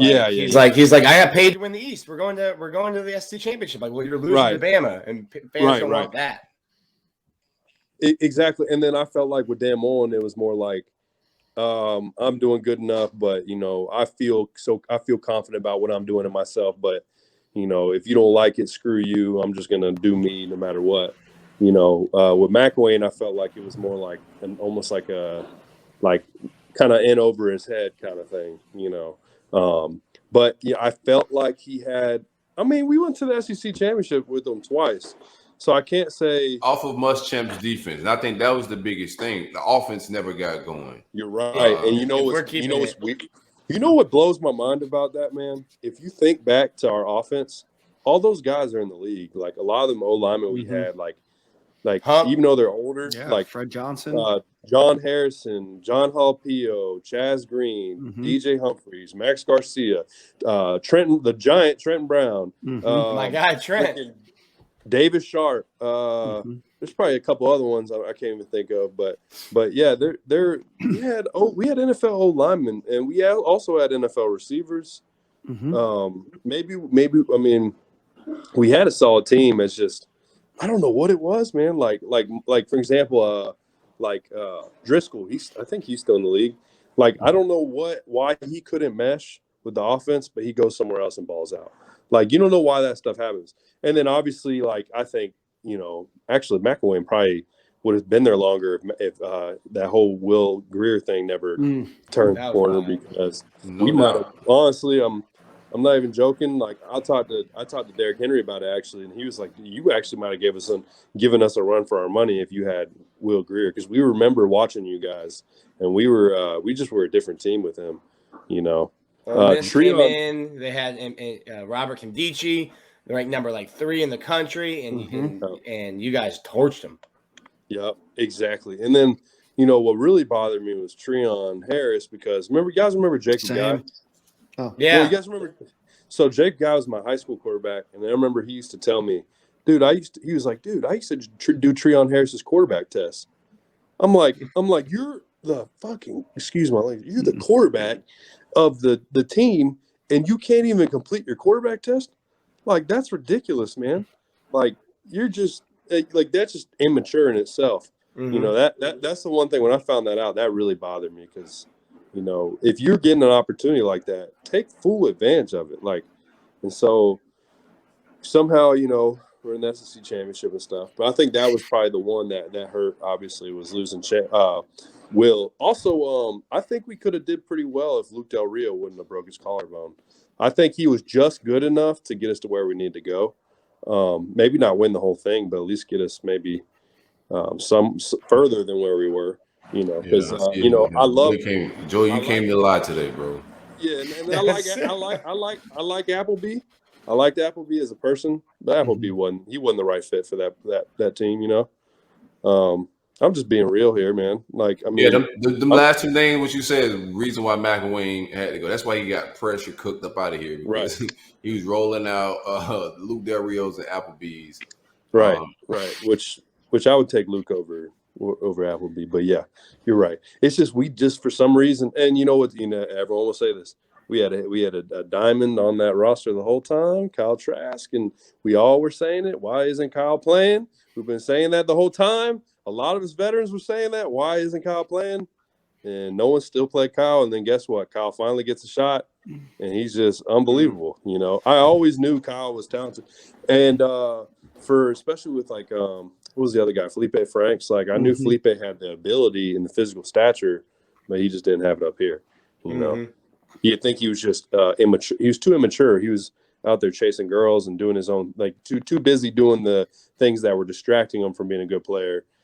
Instead, you know, you got it, man. Ain't no distraction, man. Rexy was out there knocking them all down, man. Kegs, girls, all still gonna put up Heisman numbers, man. Okay, thank you for not having a filter. All right, so I'm just trying to say it. I'm trying to say that in a nice way.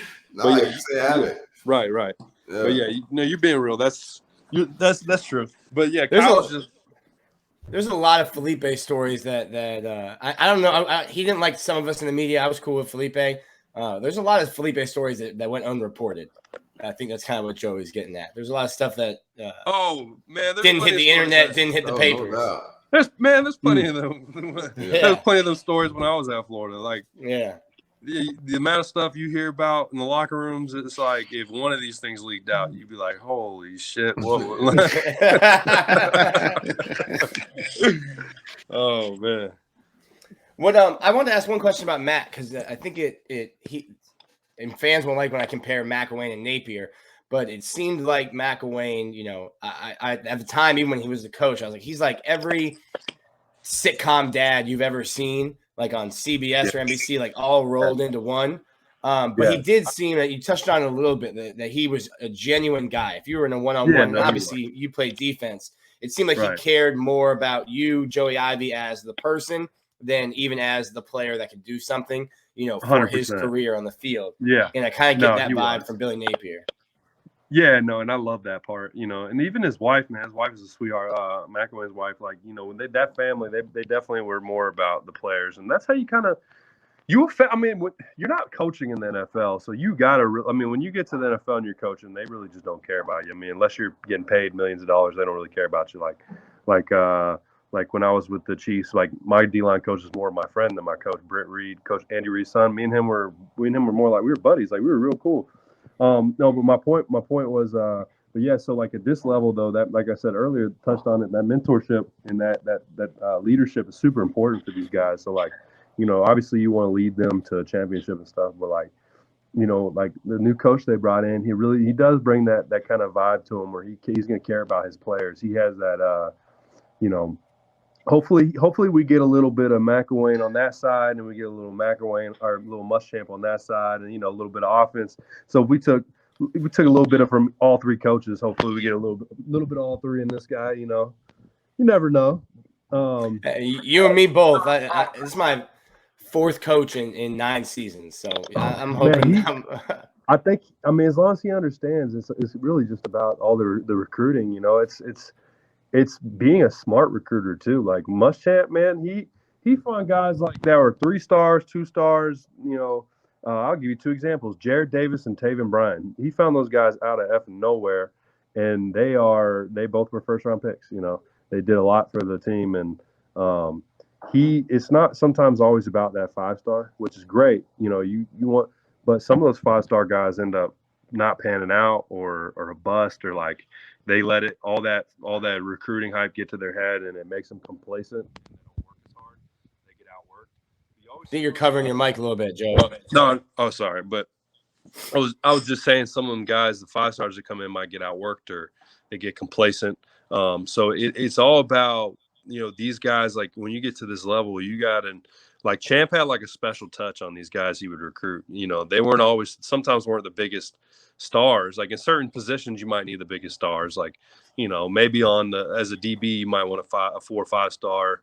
You know, but you know, some of these positions though, like I said, D-line, O-line, some of these sleeper positions, like some of these coaches just know where to find them. You know, they can sense talent, raw talent. Like they might not look like they're making a ton of plays, but their raw ability to explode out of their hips, or their raw ability to have power or speed or quickness, like they see those little things.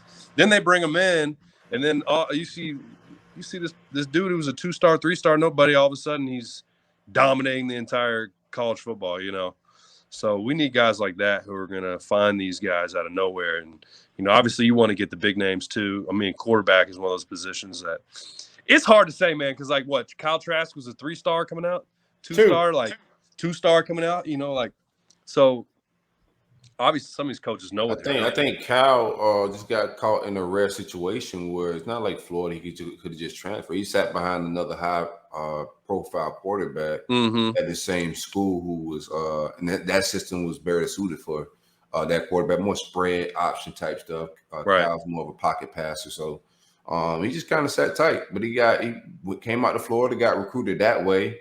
So I think that hurt Cal more than anything. I think just not having film. Mm-hmm.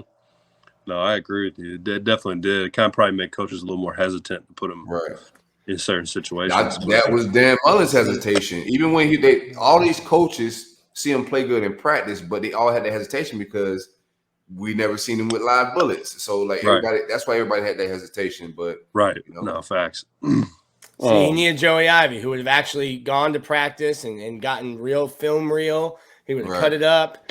He would have mailed it USPS to the coaches. He would have done it all for him. CD, baby. Right. Exactly, man. Yeah, man. So Dan, you're muted. No, man. I even threw a joke in there earlier, but I can't repeat it now. Anyway, Nick, go ahead. What do you take back? Obviously, you had to go through a bunch of adversity in college. We didn't even touch on the stuff you had to go through with your sister and your family, but injuries, coaching change. What do you look back on your time at Florida, and what kind of stands out to you? Man, I would say from the good times to the bad times, man, it's just about relationships and who you surround yourself with, and just the you don't realize, I'm about to be 27 this month, and you don't realize that, college is the best time of your life, even if you play in the league. The people you meet, the people you're around, the mentors you're around.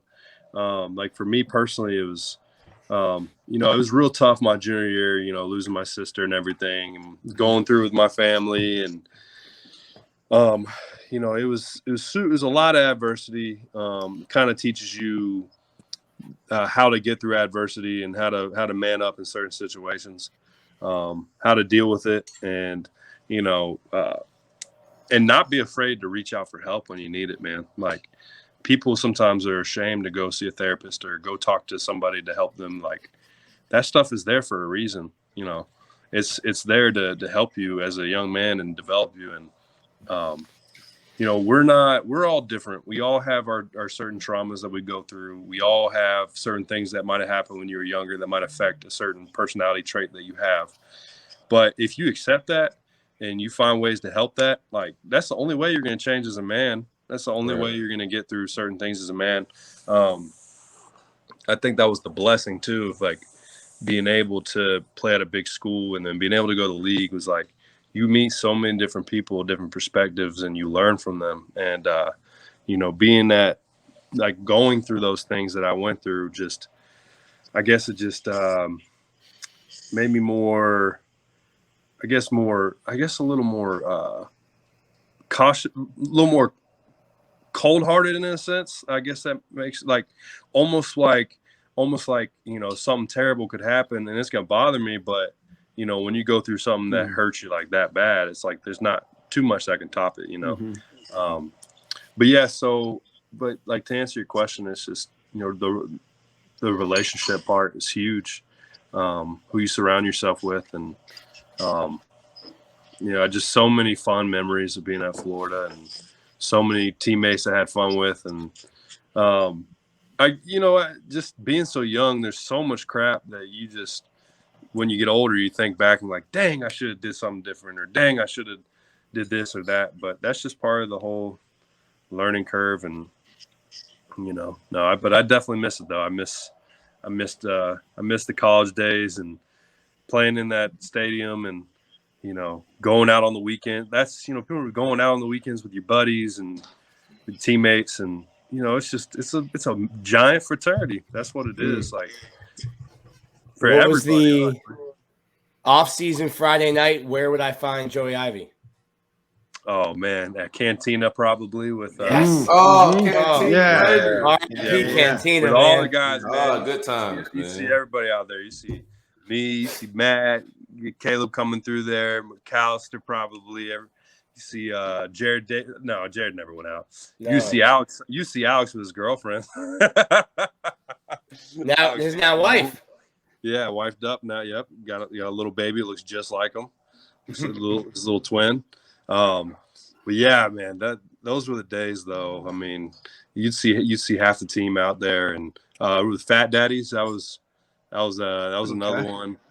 A lot of people went to the swamp, but yeah, Cantina was the move. Cantina was the spot.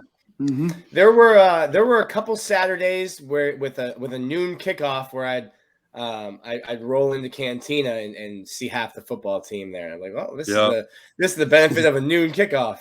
It is, man. It was that was honestly that was the best part about those noon games. Though, was like we'd win and then we'd all go party afterwards. That's just part of it, man. Like, yeah, that's part of the whole thing. Like that's the celebration part with your teammates. Like, half the team goes to Midtown, half the team goes downtown. I went downtown for a little bit, and then what they call them? They call them the locals. Mm-hmm. That's the guys on team said all the locals took over downtown. All the ACRs. Is that what they called? I don't remember. They had some. They had some term for it, huh? Yeah, ACRs, all the Knicks. ACR is an Alachua County resident. I'm going on 10 years here, so I think I might be an ACR soon. No, I think you're already in, Nick. I think once you stay past your requisite 4 or 5 years, you become an ACR. Oh well, I mean, it took me 5.5 years to finish school, so we're all still surprised. Joey, I know that you've been a bit of a journeyman in the NFL. You've played for a lot of different teams. What are you up to these days? And is that future still there in the football side of things? Or?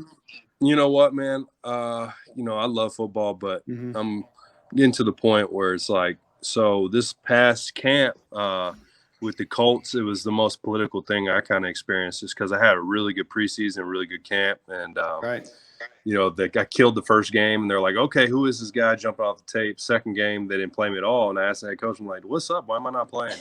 So, we decided to go with the younger guy. We're going a different route. So I'm like, all right, so I'm probably going to get cut on Tuesday. So like when you've been through this stuff, you're just like, F it, whatever. Like, I'm not going to cry about it. Like, it is what it is. So, I expected to get picked up right after that. I mean, I think the Bills claim me right away. So when they claim me, they take over your contract. And then I get there and 3 days later, 5 guys come back. So they end up cutting me. So I expected to get picked up this year. And actually I thought it was a play because, I felt way better. I feel way better this year than I did the previous year. So I thought this was going to be my year to really do something in the league. But, God had a different plan for me. I didn't get picked up. And so I just I got heavy into cryptocurrencies and recently kind of got in the NFT game a little bit. But I was able to, make some income for me and my family doing some crypto and just doing some other stuff. I'm kind of an entrepreneur at heart, man. So I'm kind of all over the place. I got ADD when it comes to this stuff. So you'll ask me one about what I'm doing and I'll just kind of bounce around. But yeah, so now I'm at the point in my life where I'm like, I still want to play. But I think my wife's kind of like, we have a baby and we got another one on the way. So we're, she's more of a, ready to settle down a little bit. But I would love to still play. So we'll see. I think I'm going to continue to work out this off season before I really commit to something else and see if I get one more shot, which I think will happen. My agent thinks it'll happen, but it's tough, man. The COVID year kind of screwed me up a little bit, along with a lot of people. I remember when I was with the Browns, I was active on the sideline. I asked my coach, why am I not playing? And he just couldn't give me an answer. So I was just like, it can be a very political league, and it's all from upstairs. It's not even the coach can love you. You can be the coach's best friend, but upstairs, if the upstairs doesn't agree with it and the money's not right, or if a younger player is cheaper than you and he's just as good, they're not going to keep you. So it's a tough league, man. So yeah, I'm probably going to try to give one more go and then go to plan B. I got some entrepreneurial stuff that I'm kind of chasing after right now, but I'm obviously in the back of my head, I got to have some backups just in case. But yeah, I'm a go-getter mentality, man. I got the mentality where I want to achieve above and beyond, even if it's outside of football. I just kind of use football as my platform. Couldn't tell you specifically what I'm gonna do, but I know it's definitely all over the place. That's why I say entrepreneur, because it's like, my interests are just so different. Like I'm like I said, I got ADD with it, man. My interests are just everywhere. It's not just one thing. I like it. You should, man. Be complex, bro. Yeah, man. Passive income. That's kind of like what I'm chasing. Multiple sources of passive income. It's one thing I realized too is like when you get into a situation too where it's like you're not like the highest paid guy. You're not making these big bucks. It's like you got to find ways to make the best with what you make. So it's like when you have that mentality, you kind of change a little bit in a sense of, okay, what can I maybe be a little more risky here, invest in here, do this, make some good returns for my family. Oh, sorry, I'm muting my mic. But I'm like, and then it makes you think these guys that make all this big money, they got enough money to have an opportunity. They have an opportunity to change, if they really took advantage of the money they had, they could do some serious damage. But it's almost like sometimes the NFL wants you to stay a player. They don't like, it's almost like they don't spread yourself too thin from what they're making money off of you for. Right. They don't want you to be too distracted.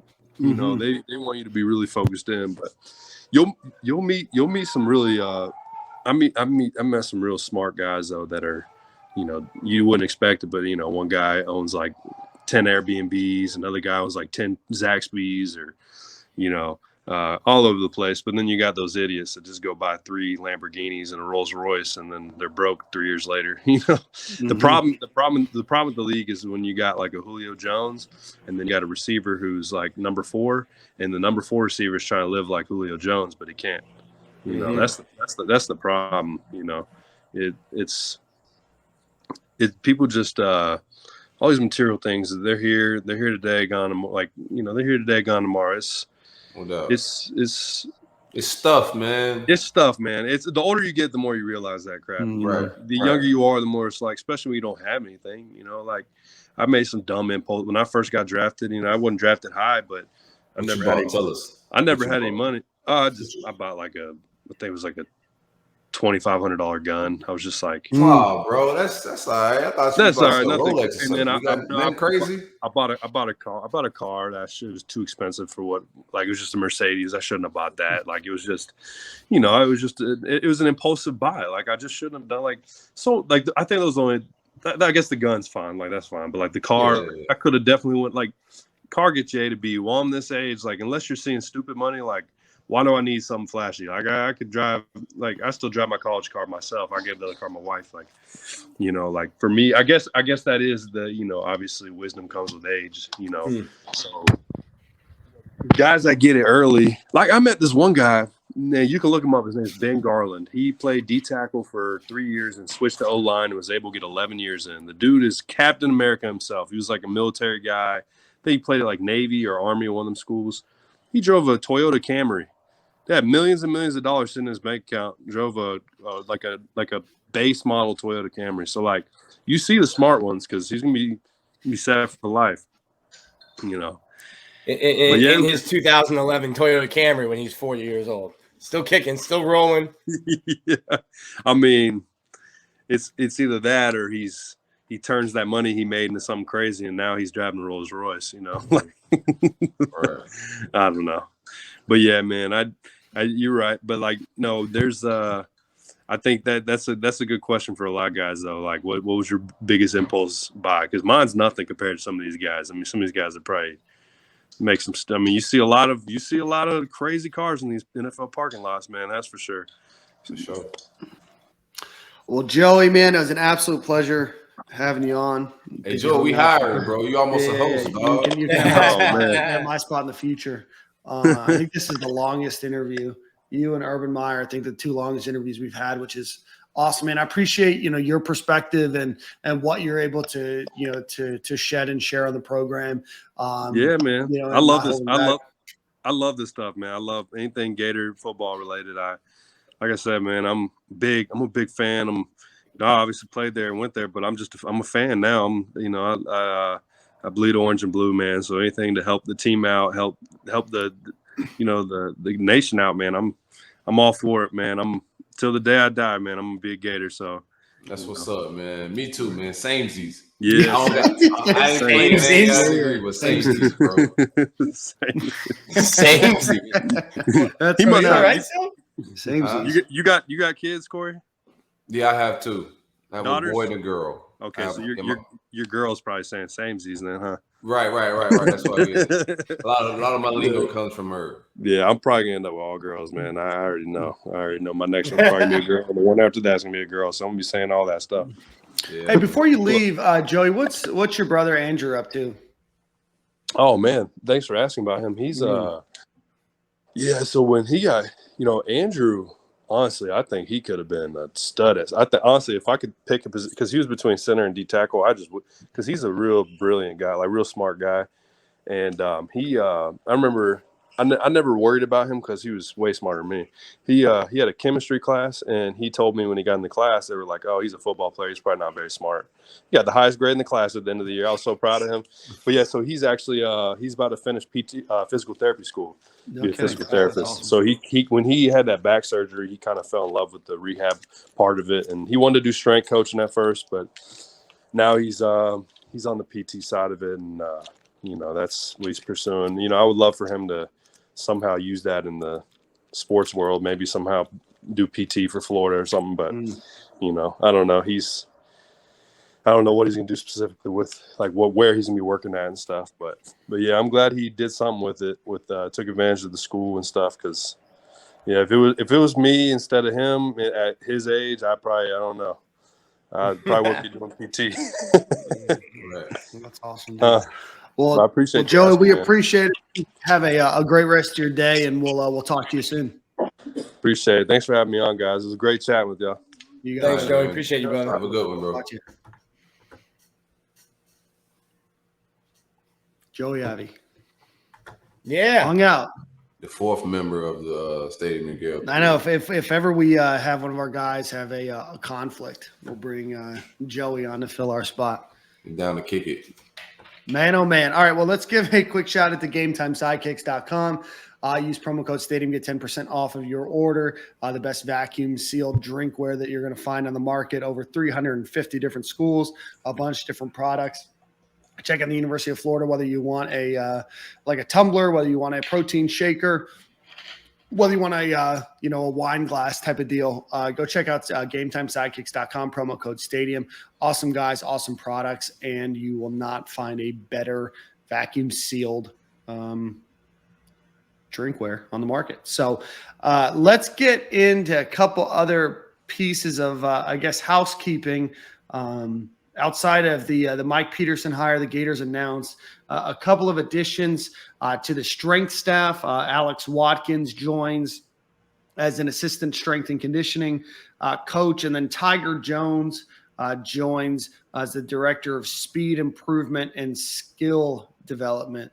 That's a hell of a title. I believe he's the second Gators coach that's going to be focused on speed. I believe Edward Thompson is going to be focused on that as well. Nick, is that what you've heard?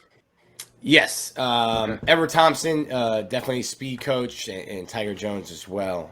So two guys that'll be, assisting in that realm. I love it. And then let's see, off-field staff. We've got Kareem Reed was the name that was just announced today, came over as a quality control on the defensive line.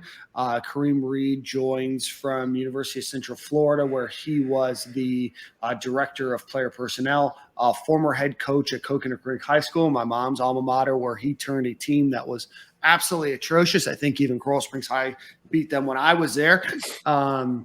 Which we didn't beat anybody, even beat them, but turned them around into a national powerhouse, really elevated their level of play as well.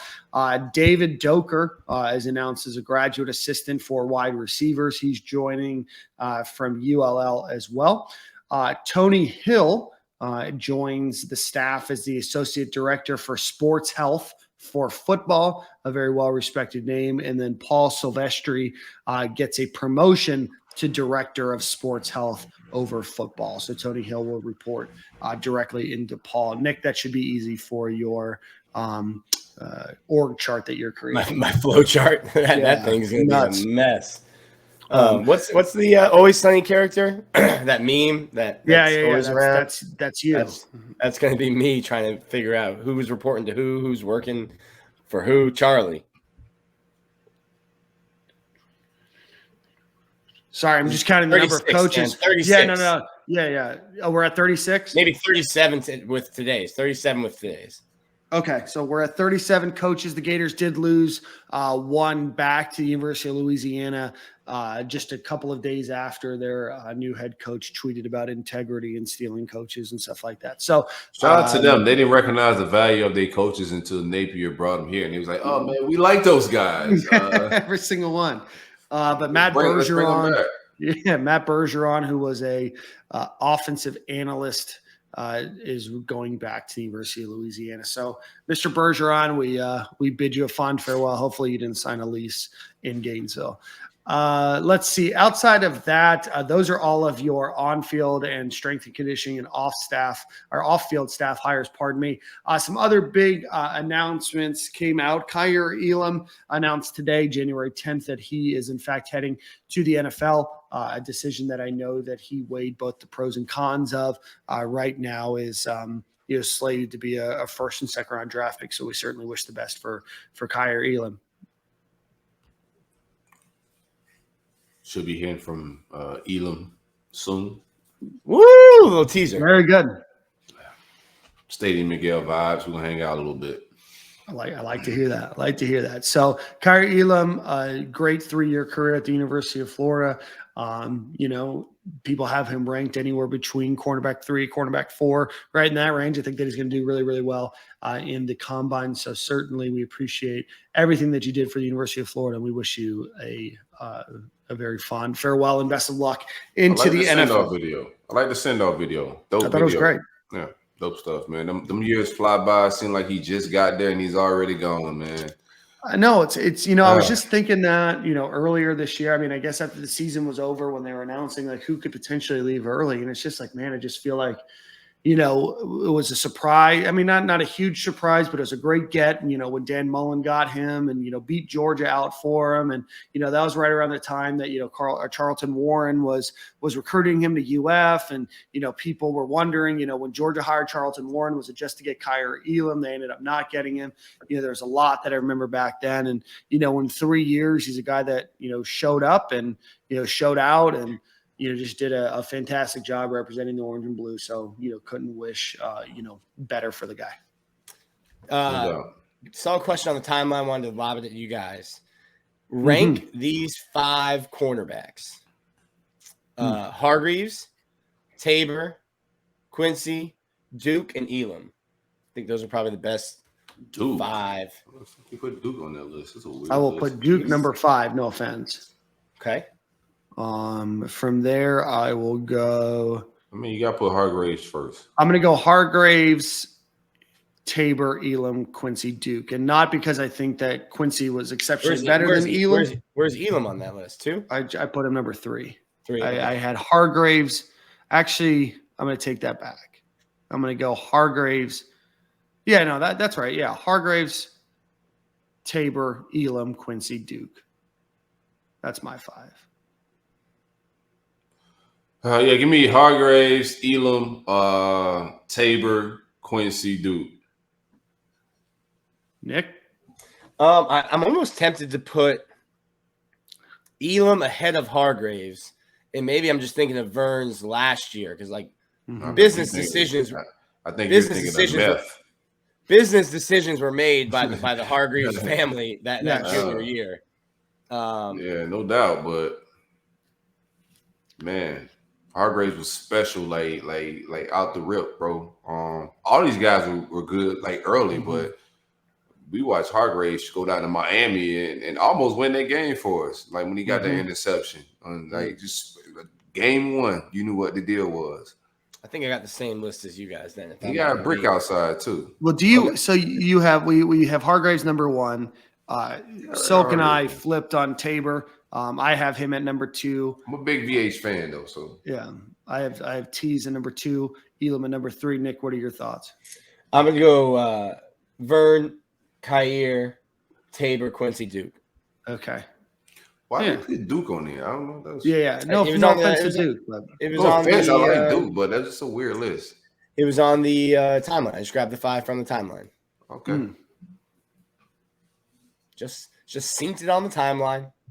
It'd be interesting if they put still, even if you put that 5th spot, even if you put Brian Poole, who I like a lot, who's still I like Brian. You could have had like Lucius Purifoy in there. You could have had No, we couldn't have. No. I'm trying to think of like who other like cornerback names without going all the way back to like Joe Hayden are. Morrison. All right, let's move on. What we got next? What are we doing? Yeah. No, I mean, outside of that, let's see some other big news. The Gators do grab a commitment from 4-star running back Trevor Etienne, younger brother of Travis Etienne, the former Clemson and current Jacksonville Jaguars running back. The Gators grabbed his commitment at the All-American game right before the game kicked off. Florida grabbed their first running back, I believe, since 2019, high school running back since 2019. So that's a wild thing to think about. Naquan Wright, I believe, was the last one. Man. That's nuts. It's 2022 class, and you haven't had a running back since Naquan Wright. For sure, it's a wild stat. Good get. He's a little fluffy right now. Got some fluff to shed. I know my running back's a little fluffy though. You feel me, Dan? I feel you. As long as you're not fluffing the running backs, you know what I mean? You got the Mark Ingram fluff. Mark Ingram, like the fluffy running backs got the sweet feet. Damian Pierce had a great year this year, and he's a little fluffy. So I don't mind a little fluff, but he needs to lose a little fluff. So I think a good get. He was down to us and Clemson and LSU. His brother being in Jacksonville was a big factor. Nick, what do you like about him? Shout out to Herb. One last gift for the Gators. Taking his brother in the first round last year, ends up helping Florida land a running back in this. That's a nice spin. Herb could use that type of good press. Good I got job, him. Nick. I got him. I'm spinning pizzas and lies for Herb over here. I appreciate that. I think you're fine. Like if you're talking about a guy, hey, he might need to, lose some weight, might need some time to develop. You got a running back room next year. I think that with Bowman and Lingard coming back, that you can afford that time. So I'm not too worried about it. I don't know how much of an impact he makes in 22. But like Dan pointed out, with the way the running back recruiting have been going, you had to get one, if not two guys in this class. Yeah. And there's still a chance that the Gators can grab two, whether it's, a mixture of two high school running backs, maybe somebody from the transfer portal. Who knows what that might be. But I think the Gators probably need to grab two either this year or next year. The portal popping. There's some smoke out there about Osiris being enrolled already in some classes. Some whispers on the streets. They have until tomorrow, I believe, at 11:59. Yeah. To let you know what the streets telling me in my DMs a little bit, Dan. I heard the same rumor. I don't know if that's true or not. I don't believe that it's true, but what now? Don't shut down my rumors. Oh no, I'm not trying to shut down your rumors. That's why I played just passing along that I don't believe it's true, but believe Silk on this one. Silk's reporting that Osiris is enrolled in classes is what I've heard. The Miami Herald. The Miami Herald is reporting. And shout out to the Herald. Dropping that whole recruiting class is looking all right right now. Let's go ahead. No, go ahead. I was just going to run through the list of people that are expected this weekend, January 14th. Number one linebacker, Harold Perkins. Number one safety, Jacoby Matthews, both 5 stars. Gator signee, Jamari Lyons. Gators commit Jalen Farmer are expected. Gators commit Trevor Etienne and Shamar James are expected, as well as Trey Smack. Michigan defensive end commit Cavante Henry is expected. Trey Smack is a good name. That's an incredible name. Hopefully he can smack the ball through the uprights because we had some issues this year.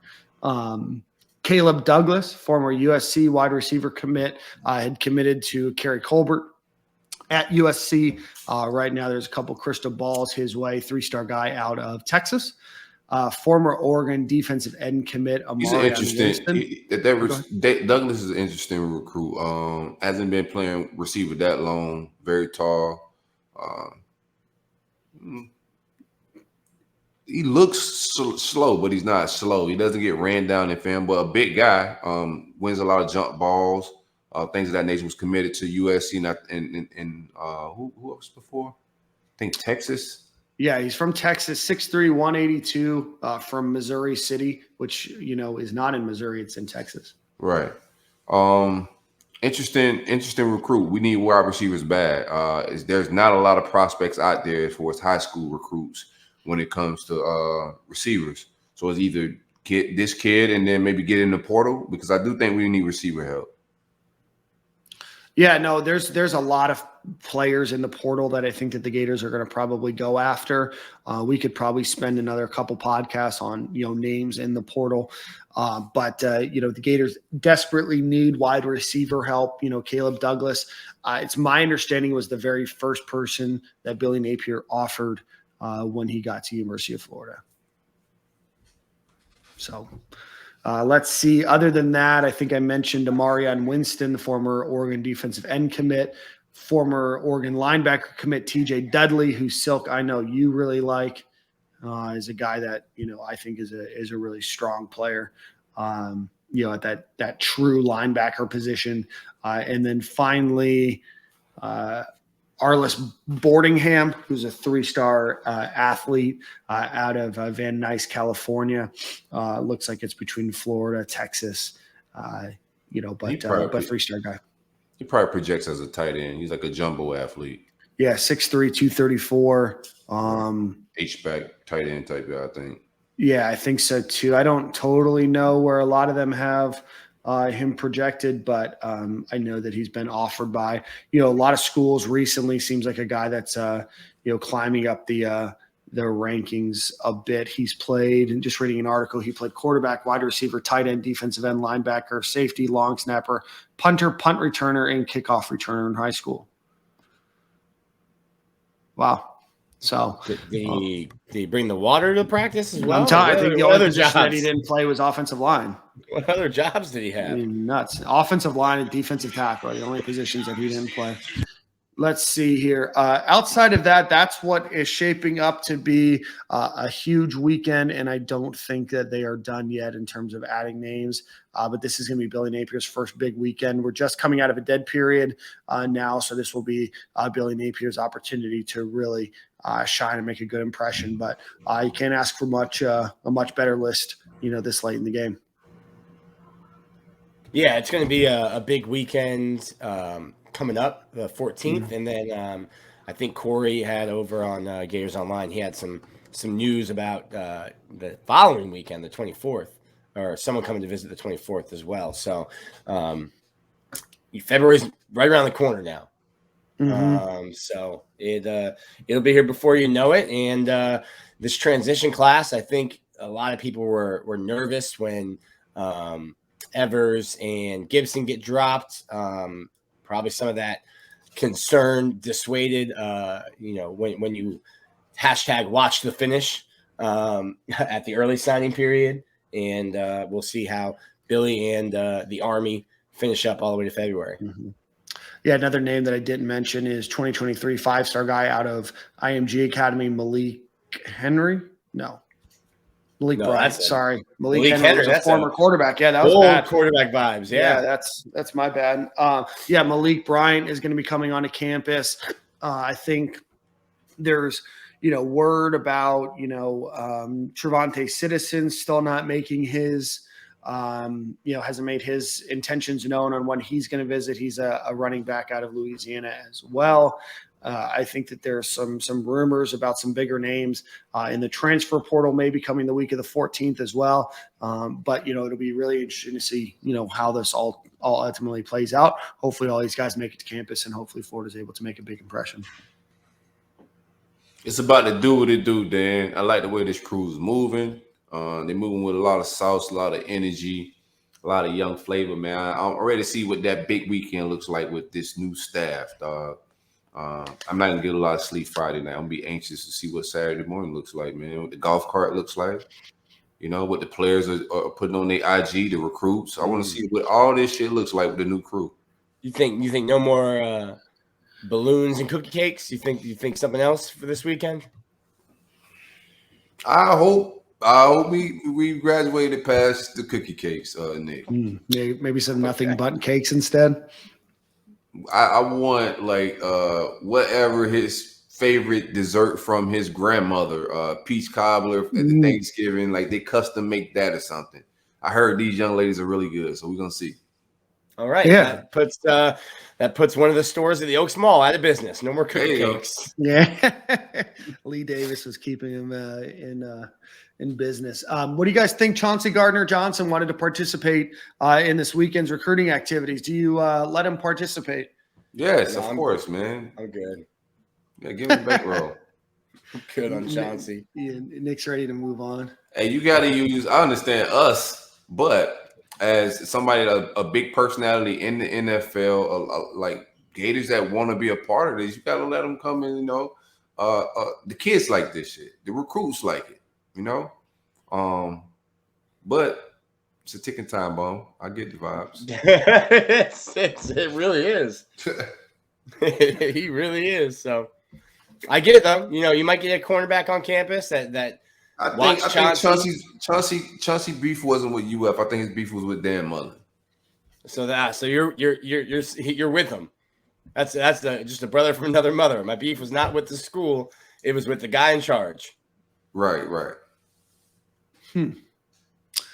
Let's see. Other news that happened this week. Mahmoud Diabate, who we had on the show a couple weeks ago, did announce that he's transferring to Utah, where he gets to play his first game as a Utah Ute at Ben Hill Griffin Stadium. Hey, man, if you ain't Gator, you Gator Bay, Mahmoud. No good luck. I think there was a little sass on that transfer. I'm just sorry. That's a weird transfer. He tweeted today. He goes, "I just want to hear Gus Johnson yell my name one time." And I thought about it. I was like, man, I wonder if Gus Johnson gets Mahmoud right. No, I don't think that he does. But also, I think that that's an odd thing to hopefully not base your transfer off of. But I don't think he's basing. No, he's a smart guy. But. No, of course he is. I'm very surprised that he's going to Utah. Why? Just the program itself, things that he said that he was looking for. I don't know. I guess just it was a name that I didn't expect to hear. I don't know. I mean, I don't think that there's like a big breeze. I mean, did you think that he was going to transfer to Utah, Nick? Yeah, Utah Smoke was out there. Talked to my guy. He's going somewhere for a year. So there's worse places to be. He's Muslim. He's moving to a very Mormon state, but you're moving to the state capital in Salt Lake. And he told us, he goes, it's for a year. He's going to a place for 1 year. Maybe you feel like you can go eat in the Pac-12. Maybe they told you you're going to rush off the edge. We're going to get you 12 sacks next year and get you the league. You're going to Utah, man. That's a lofty goal. Just say I'm going there for a year. Ain't like you like I'm going to Bama or something like that. I mean, a goal is a goal. I understand it's his thing, but I think he should probably be thinking longer than this. Maybe a year stay. I'll be honest, Salt Lake City. I'm with Dan. I didn't force it. I thought maybe Auburn, somewhere in the South, SEC, ACC. I did not see Utah coming out of there. I guess I think, and I don't know what his options were, right? I would imagine that he had some very fine options, and there's nothing wrong with Utah, right? I mean, Salt Lake good City is a program. beautiful town. No, they play good football. We better have our shit together.